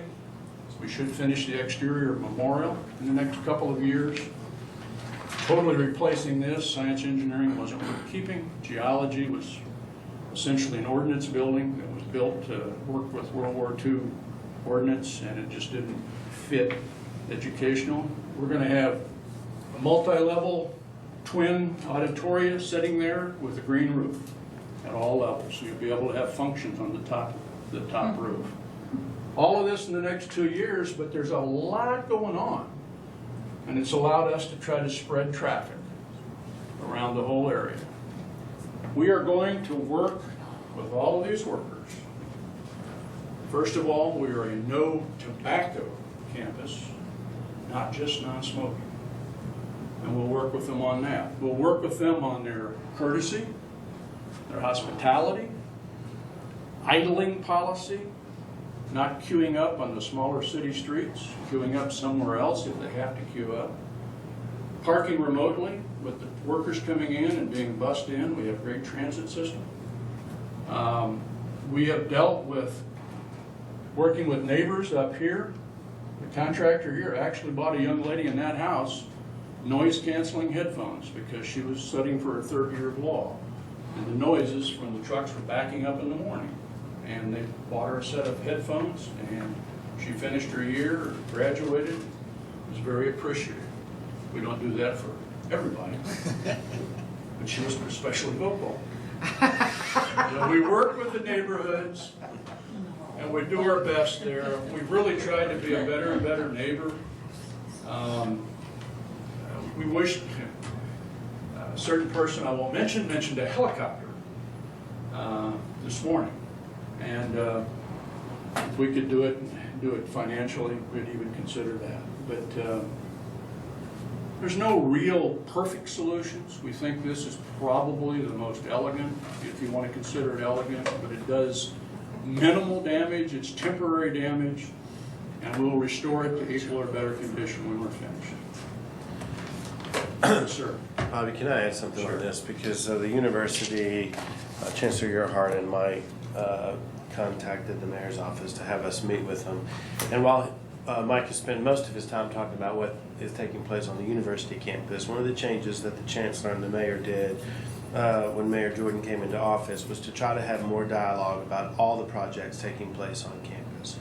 And so we, I guess last year, started a time where we meet about every 4 months, 5 months, with Mike and his team, Chris, Jeremy, Terry, Sharon, the people who do parking, roads, engineering, etc., to understand their master plan, what projects they're going to do, where they're going to build something, how it changes parking, where we've had conflicts, where signs have been put up to make something no parking, but it's a city street. So we've tried to improve that.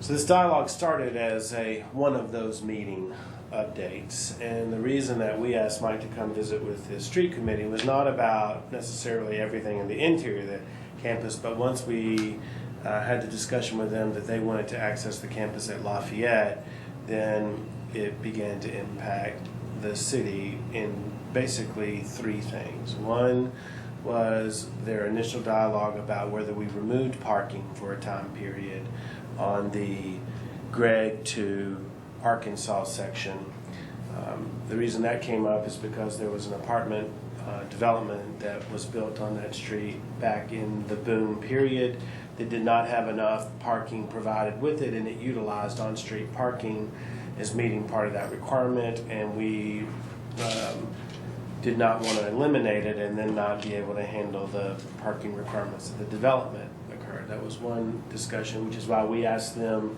to look at whether they really needed it eliminated totally, or whether it could be done from a time of day period. The second item is that Mayor Jordan asked Chris, myself, and Jeremy to look at Arkansas Highway Department bridge funds to see if we could get money for the restoration of the bridges rather than having to wait on the third phase of the bond issue. For two reasons. One, because we get bridge money in the city of Fayetteville, and those projects were identified in the bond election. And it would allow us to take money that would have otherwise been dedicated for those bridges and apply it maybe to an additional road or project. And so we applied for those funds with the state, and it looks as if we're going to have funding from the state for those bridges. And that timing was important because depending on when those funds become available, we did not want construction traffic that prohibited our ability to work on those bridges where we would lose any of that funding. That was the second area of concern that we talked with the university about. And the third item was that this is an area that has residential housing, and we have experienced in various projects around, just as they were building the Cleveland deck, and we had housing on the Cleveland side, we heard comments from aldermen in Ward 4 at the time about noise, traffic, parking, hours, ADA accessibility, etc. And so we wanted to ask them to have dialogue really with Paula and the neighborhood there on Lafayette. We met with the city attorney's office to see what were the legal rights of the city as it came to restricting use of roads.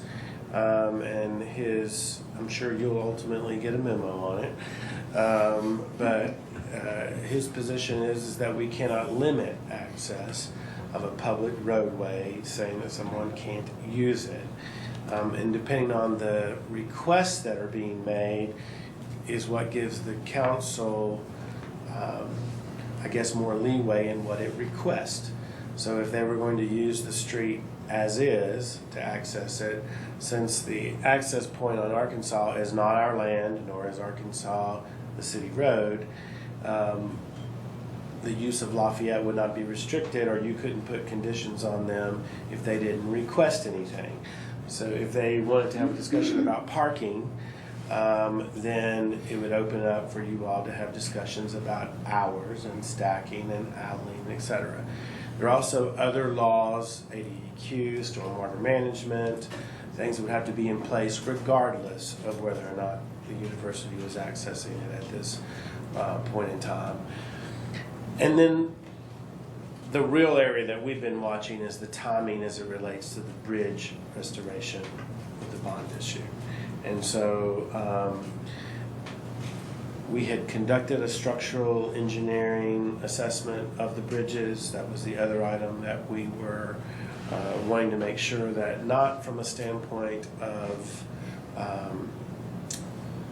want to make sure it's structurally sound, that it could handle the volume of what they were talking about, which we hadn't gotten a lot of the detail on how many trucks or things we're talking about at this point.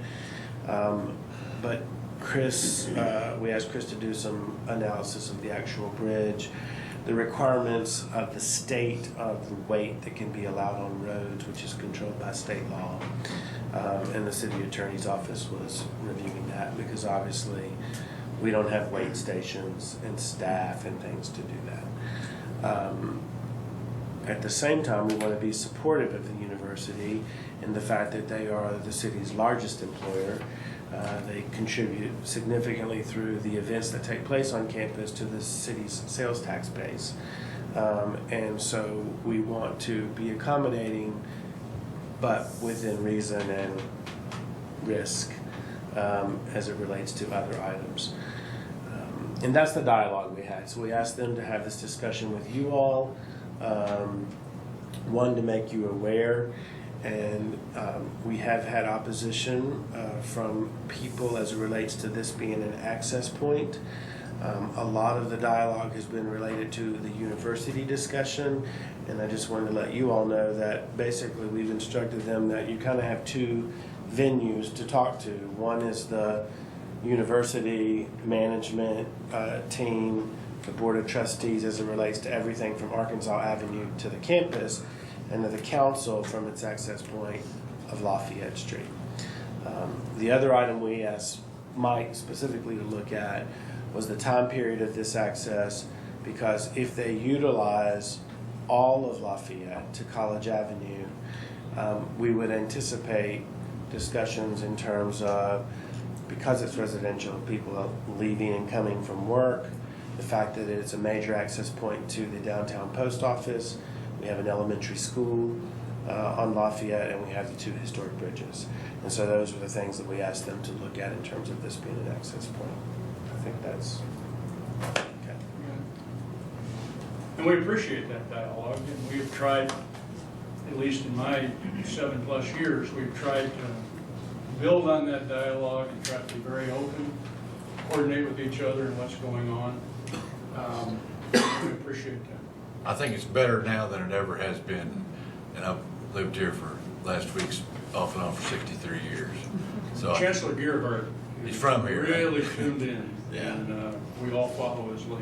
Go ahead, Ron. My question has to do with the exit onto Maple Street. Maple Street is already stacked up and backed up. I don't know if you're out there very much between I'm class out there a lot. changes. But for those of us who might park or use that circle drive a lot, if you're exiting, you haven't talked very much about that. How much traffic do you think, and what would the hazards on Maple Street It's be? They're already dangerous. Well, there are already truck traffic on Maple Street. Yes. Because getting from Garland to the west end of Dixon and to the entertainment district, that's Maple Street. Or you may take Leverett, you're still getting onto Maple Street. And that's about it, unless you come from the other direction. What we're looking at is exiting trucks. Tractor trailers, and not every truck's a tractor trailer. Most of this is going to be 3-axle type trucks. Dump trucks, transit mixers, box trucks delivering, and that type of thing.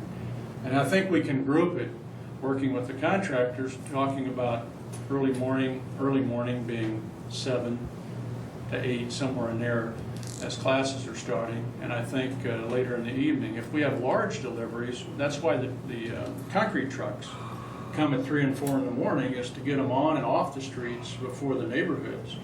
We had a huge amount of concrete up here and a huge amount of concrete down here, and that all seemed to work pretty well. Yes, there were probably some issues, but I think by and large, in a couple of years they were both under construction, I think it worked pretty well.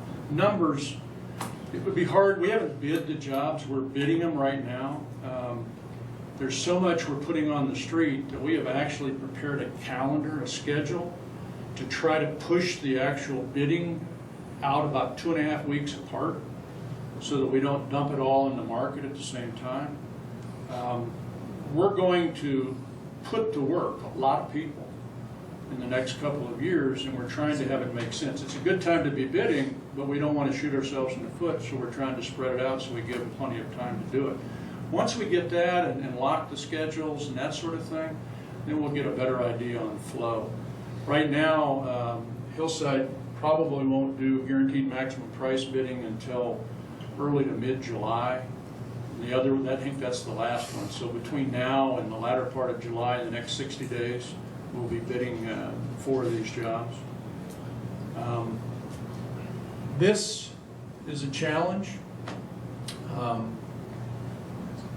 We may end up doing right turn only. It's almost impossible to go left. If you do go left, you really end up in a backlog here and one of the streets one way out. There's a backlog here, so we may do right turn only. Again, they could go down to Leverett and then go back to the north. Good. But that, one of the reasons we're trying to do this is trying to spread it around at least these three sides, and you can go north, you can go south, you can go east. It's harder to go west because there's not really any west connection. This is going to be active up here. We've been working with the city on pickup points and the widths of the street and the sidewalks and the ADA, which we didn't get the ADA quite right on the northeast corner of the Garland Center, the new parking garage. We're going to have to go back and look at that just because of some of the slopes. Working with AHTD, getting parallel parking along the street on Garland, and some of the comments, I guess he's gone, but some of the comments about slowing traffic down on Garland, it was very difficult to get parallel parking in the bus stop where you could pull off the road on Garland from AHTD. I know we're still fighting with them on Garland from Weddington to Melmar about trying to get bus pullouts on that, and they still haven't rolled over yet. So anyway, we're not talking hundreds of trucks a day. It'll come and go. We'll do our best to try to control flow. If there's larger deliveries, bringing in the overhead crane on tractor trailers, we'll probably bring that in at night so that we can bring it in and unload it, so that we don't try to come in during the main part of the day, either that or on a Sunday or something like that again. Other questions? Any of the other committee members have a question or comment for Mike? And I'd just like to say that, I know this is going to be difficult for the neighborhood for 2 years, but I think it's worth it. And I hope the neighborhoods can get behind this kind of preservation that's going to happen. I think everybody will like whenever it's finished, and I'll try to help manage that conversation when it comes up. I'd just like to say thanks for coming up here, Mike, and briefing us, and in this time when our economy is like it is, the jobs that are going to be produced to better our campus, but also for people that live in here and surrounding here to have employment is certainly going to be helpful also. So thank you for coming. You have any? No. Okay, thanks, Mike. Okay, right now we will open this to public comment. Everybody remembers our public comment rules, so who would be first?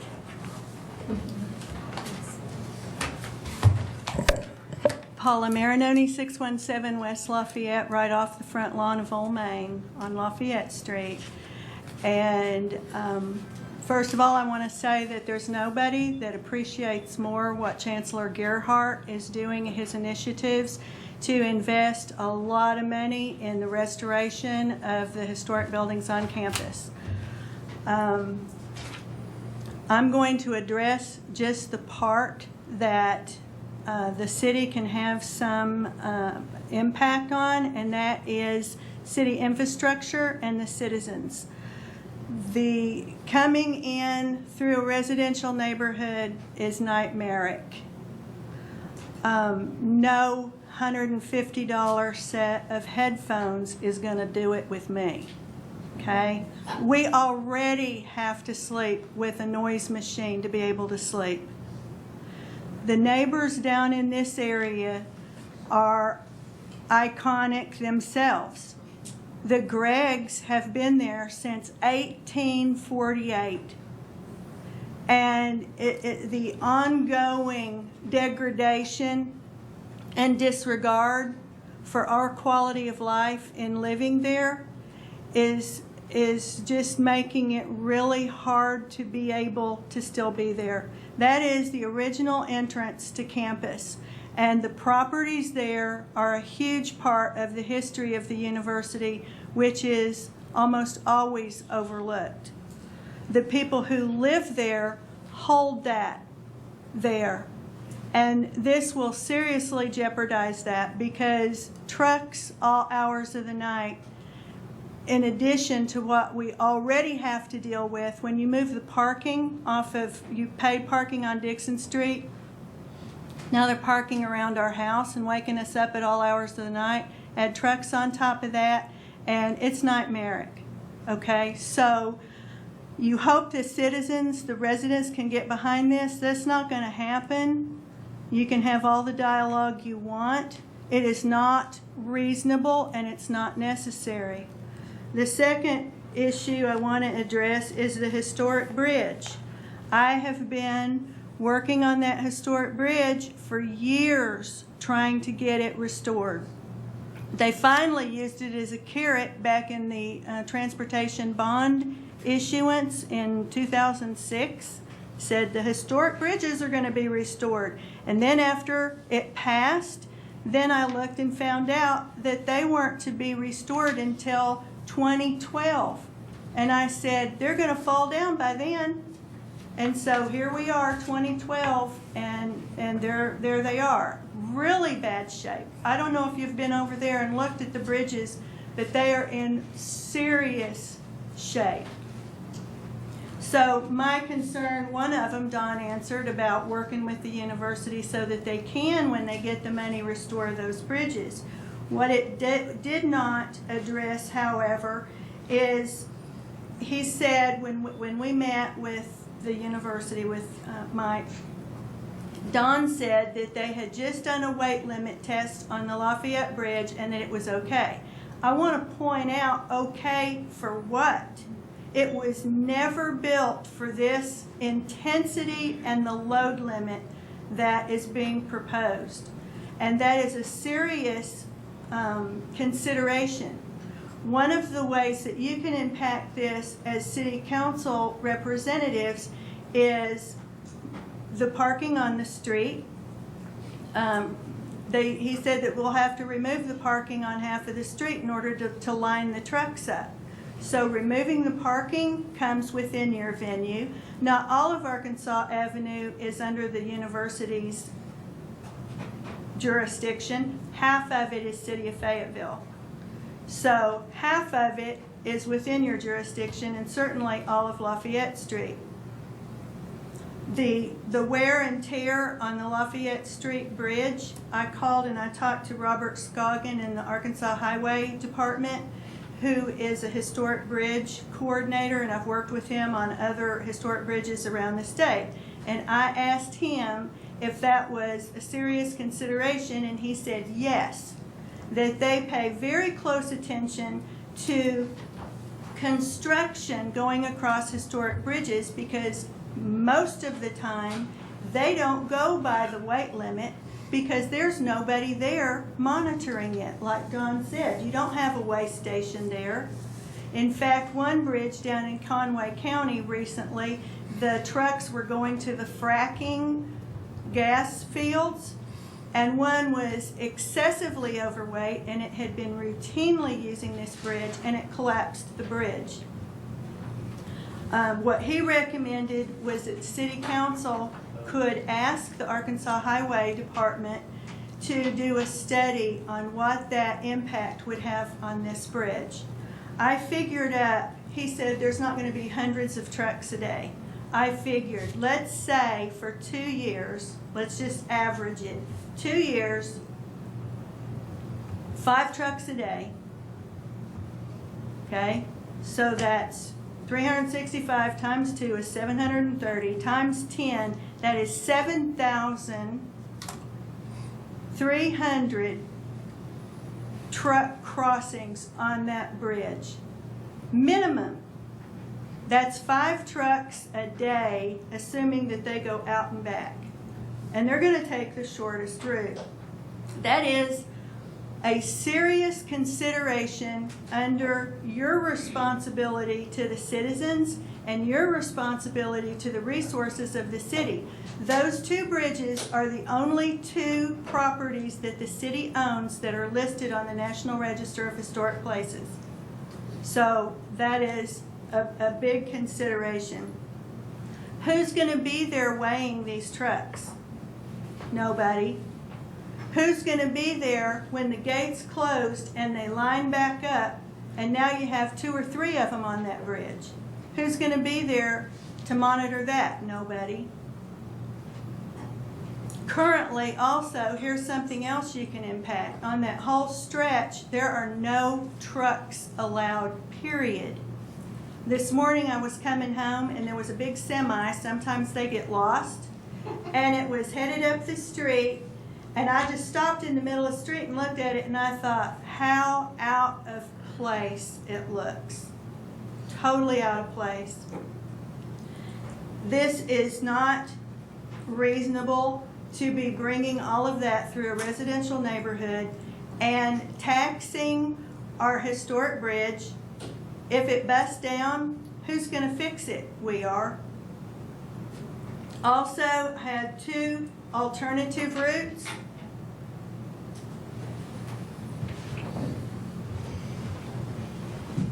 This, he said that, first of all, the foot traffic over here is very light.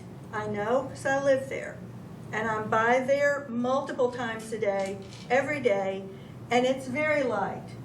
What I suggested, if you have to come in off of here, which in itself is nightmaric as far as being insulting to this beautiful, iconic resource for the city, for the university, and for the state. This is the most readily recognizable property in the whole state. It's a valuable resource. And I think people are going to be really shocked to see this coming in there. I don't care if they're going to put it back perfect. You can't undo that it happened. So I suggested coming in over here. If you have to come in on the front lawn, excuse me, come in over here, and then you pass this walkway here, you pass this one, and then where you pass this one, there's no names for a big stretch of it. I don't know why. And then you hook up where it was going to go. So what you could do is just detour these people over to here and these over to here, or leave part of it open, or put a flag person or whatever for part of it. But come in over here. There's been all this construction off of Dixon Street in recent years, and I don't remember anybody having a problem with that. This isn't residential over here. So this part coming in over here, once you get in here, there's like a swath going through here that is like 75 to 100 feet wide with no trees. And so I see this as being something that would be more sensitive to this historic, iconic landscape, more sensitive to the citizens of Fayetteville, more realistic of what you think that bridge can endure. And I don't see why it wouldn't work for them. What I would like to suggest at the very minimal is to not rush this through and to bring it and have discussion with the neighbors and with representatives from the city and see, go up there and say, tell me why. Because the posturing of, we need to do this, we've studied it. Please, please consider the impact of this and how awful that's going to look when people are coming from all over the world to see crystal bridges and they come to Fayetteville, and what are they going to see? This is a big tourist attraction right here for people to come and see how pretty this is. And there's what we'll have for them to look at. And it can be easily diverted with as much attention as they've put into the other. The other possibility was coming out over here. Don Marr asked him when we met why they couldn't come out here and make that two-way, and he said because we'll lose parking. On one side there's 10 cars and on the other side there's 12 cars. So that's a possibility too. You're already coming through right there. This between Homac and Agri is a sidewalk. So it's evidence that they can get creative if they need to. So please don't accept that this is just what we want and this is what we need to do, because it is going to be hell, pure hell for the people who live there. It is not reasonable to bring it through a residential neighborhood. Thank you. Who'd be next, please? Can I just say one thing? Sure. I'm not quite sure, I mean, this is a great forum for everyone to express themselves, but I don't see where the city council is gonna have a lot to say about this, other than whether or not to take parking off the Lafayette. And whether or not they can put that much tonnage across that bridge.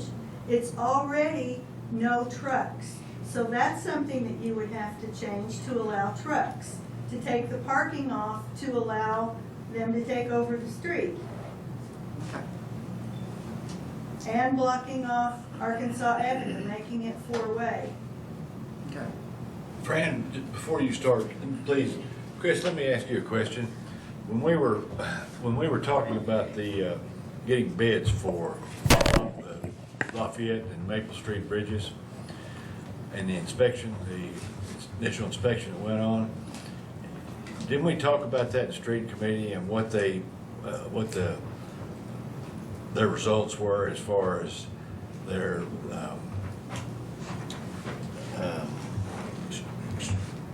stability? The ratings of the bridge, Yeah. yes. Now, the consultant that we hired did do a study, and they did, looked at the condition of the bridge and all of the, the different aspects of it, and the railing obviously on Lafayette needs repair, and came up with a cost estimate. They did not do a detailed structural evaluation. They used the highway department's structural evaluation. The highway department, for all bridges in the state, periodically inspect the bridge. This is on a 2-year cycle.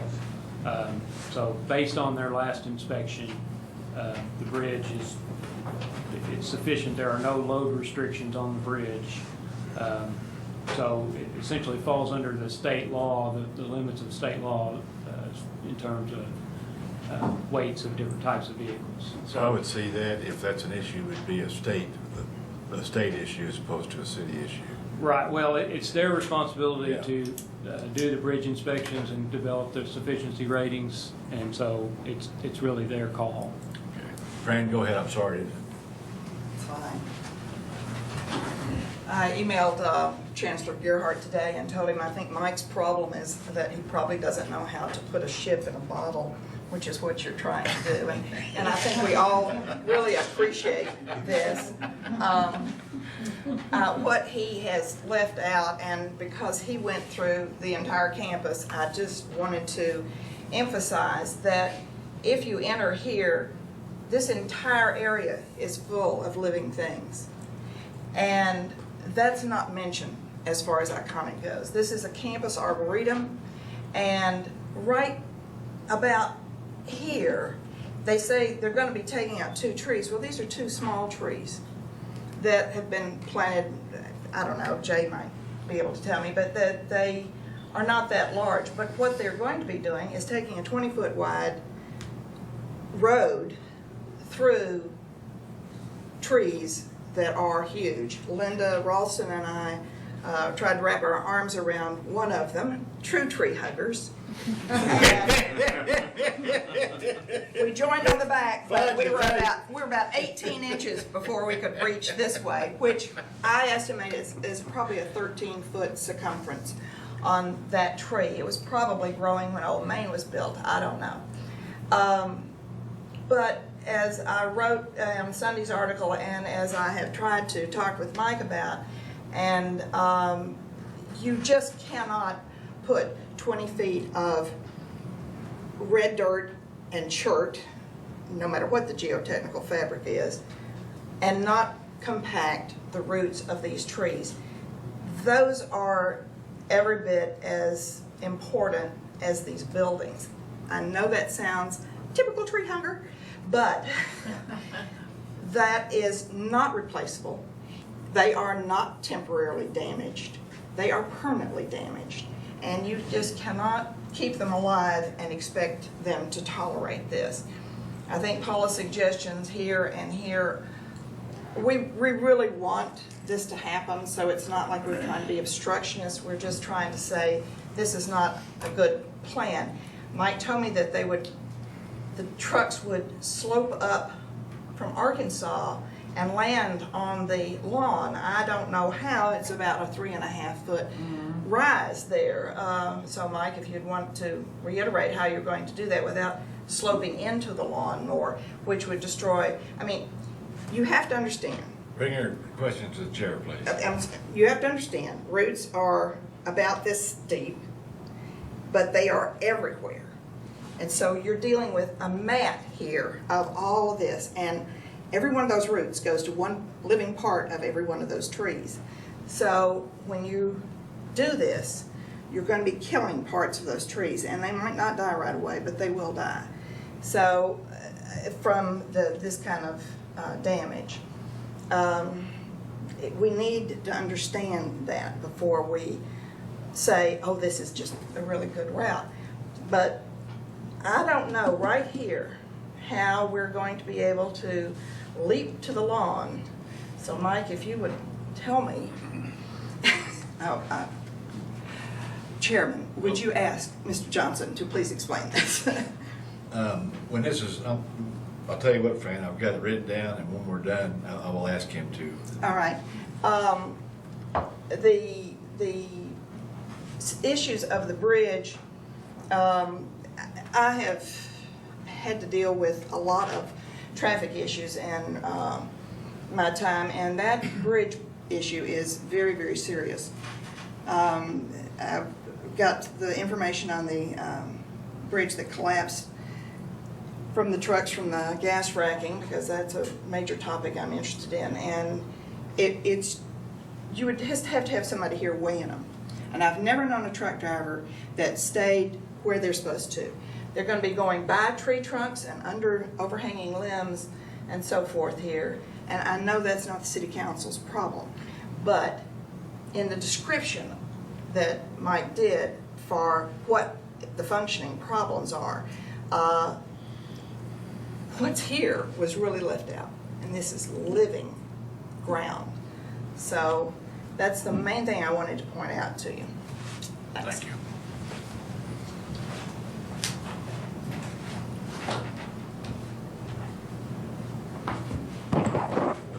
Good evening, Linda Ralston, Ward 3.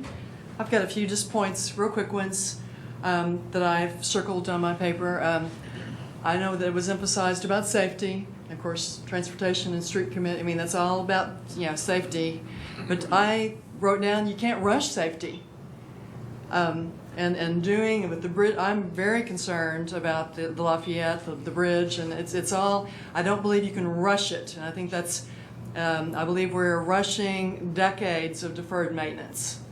It's exciting. I'm a Fayetteville girl. This is exciting possibilities. And all at once we're just, I know we want to do it all and time it all out and actually interrupt traffic on 3 sides of the campus.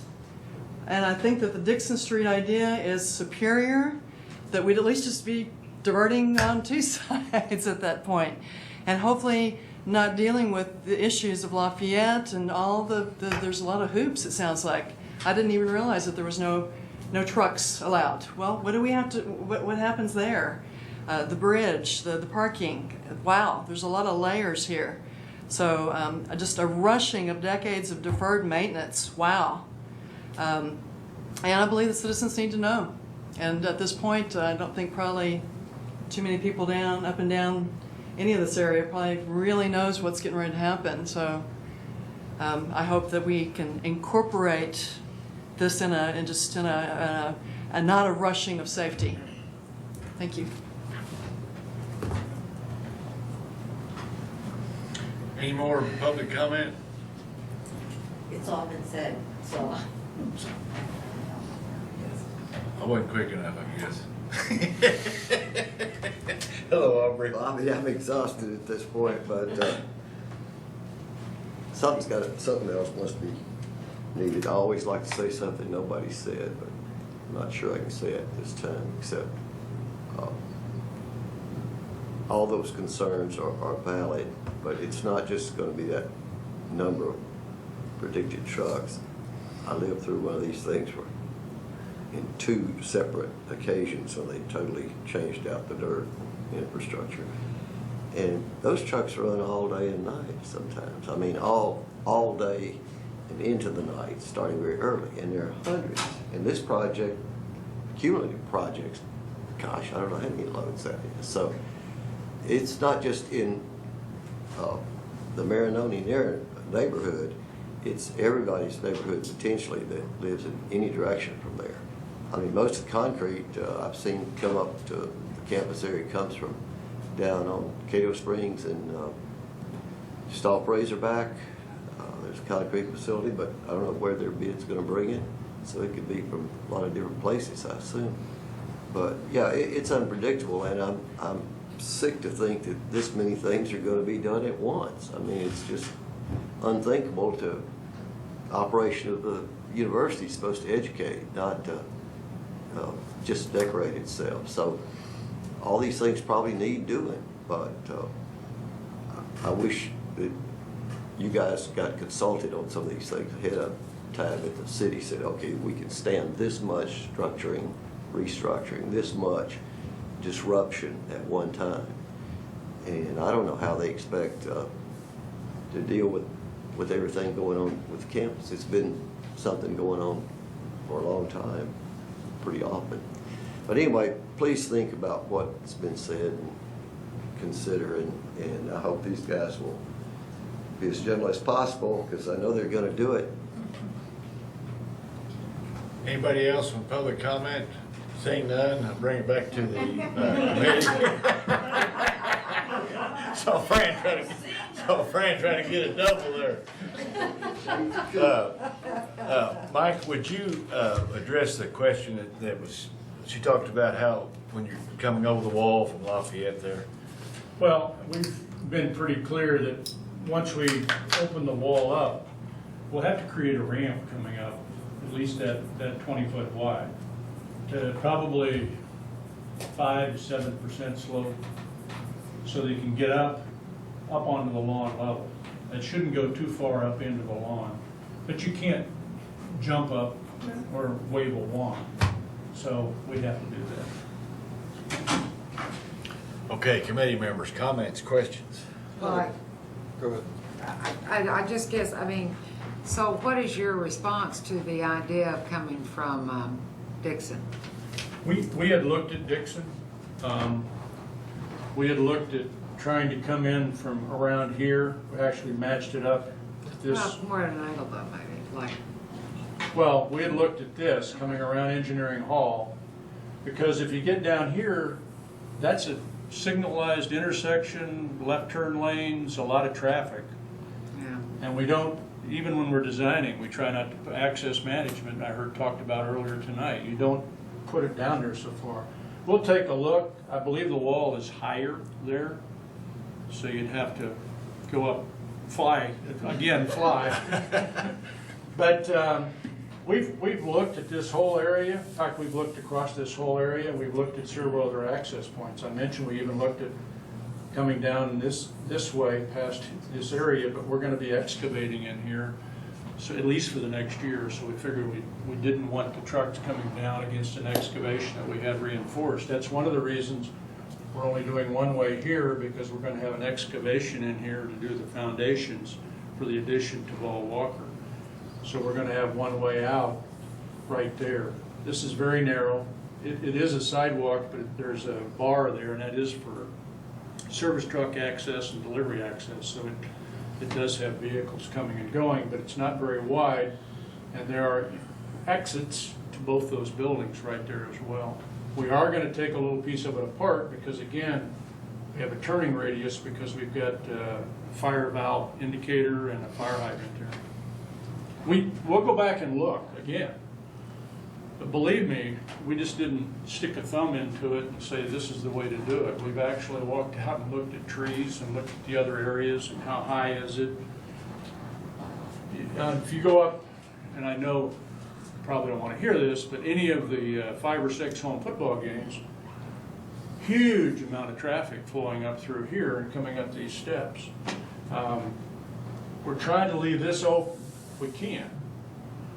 Again, trying to catch the call it laminar flow, but east to west flow, as opposed to cutting across it. And we're doing our best to stay out of this prime area where most of the weddings. We do the outdoor reservations for weddings and for other events and all that. The lawn, for the arboretum up here as well, for the Greek theater, so we see all that and we control it. And we keep vehicles off that piece of lawn as best we can. They may go in and unload and stuff, so we've tried to stay tuned into all of it and leave it open as best we can for 2 years. We're gonna have a temporary impact. We're trying not to have a permanent impact. Other questions, comments from committee members?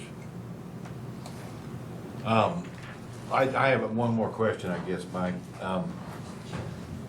If there are, I'm just thinking back about when we had our, God forbid, the ice storm. You know, I was fortunate or unfortunate enough to serve on that committee that chose a contractor, and we did marathon meetings, you know, to try to get them working. And it was, you know, some of the concerns we had then are some of the same as there are now. There's going to be an awful lot of vehicles, and but it seemed like they, when they came in and they listened to us, they were willing to make some modifications and try to be flexible. And it sounds like that's what, if I'm hearing you correct, like the hours on this thing.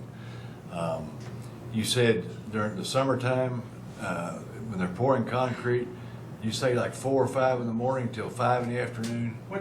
What we have seen normally in the summertime is they may come to work at 6 a.m. or so, 6:30, and work till 4 or 4:30. Number one, it's a little cooler. Number two, it's daylight. In the wintertime, you'll see that shift to 7:30, and maybe 5:30, again, kind of following daylight. Concrete trucks normally will come fairly early so that they're off the streets, especially a big pour. So they may show up as early as 3 or 4 in the morning.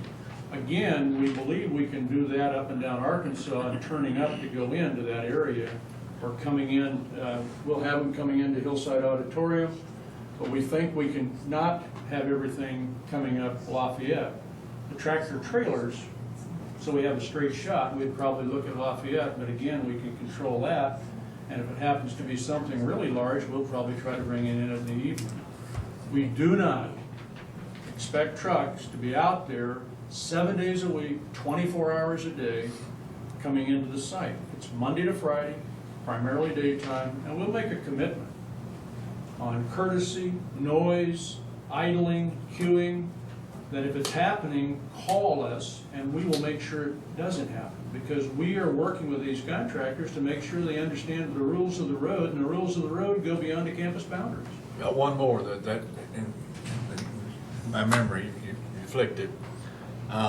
If I understand that you're talking the street that you're talking about, that you plan the temporary access, but around construction sites, and I've received calls from citizens about this. Red dirt or clay, if you got somebody that's been in there and got some and come back around, can you police that, have them police where they...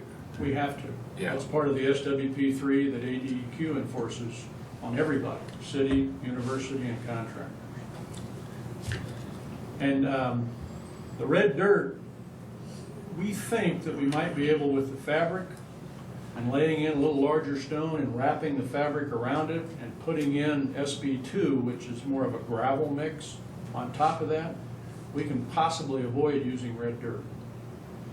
And as you come down, on most sites, you have some type of a larger rock, so you've got kind of a rumble strip, so it hopefully shakes a little bit off and you keep it maintained. But we have to maintain that same stormwater pollution prevention plan on the road just as well as we do the project sites. And Chris, you got anything you want to add? So I guess we would, as a committee, probably ask that the State Highway Department take another look at that bridge. Yeah, we could do that. I'm not sure what their answer would be. I really don't know how they normally do that. You know, they have a cycle that they typically do, and they may be able to give us some feedback based on their last cycle.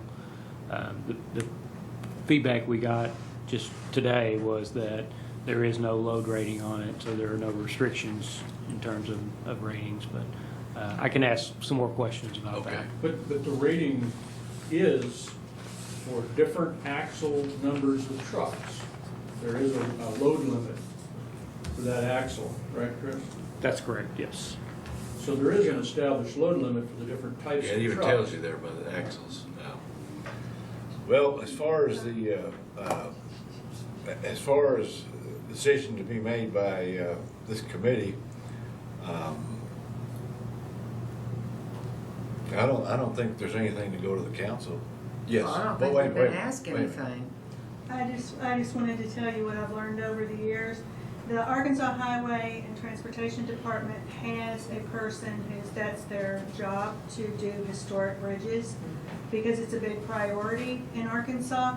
When they had the flooding that closed down I-40, and they routed traffic way around to keep it from going over this one particular historic bridge.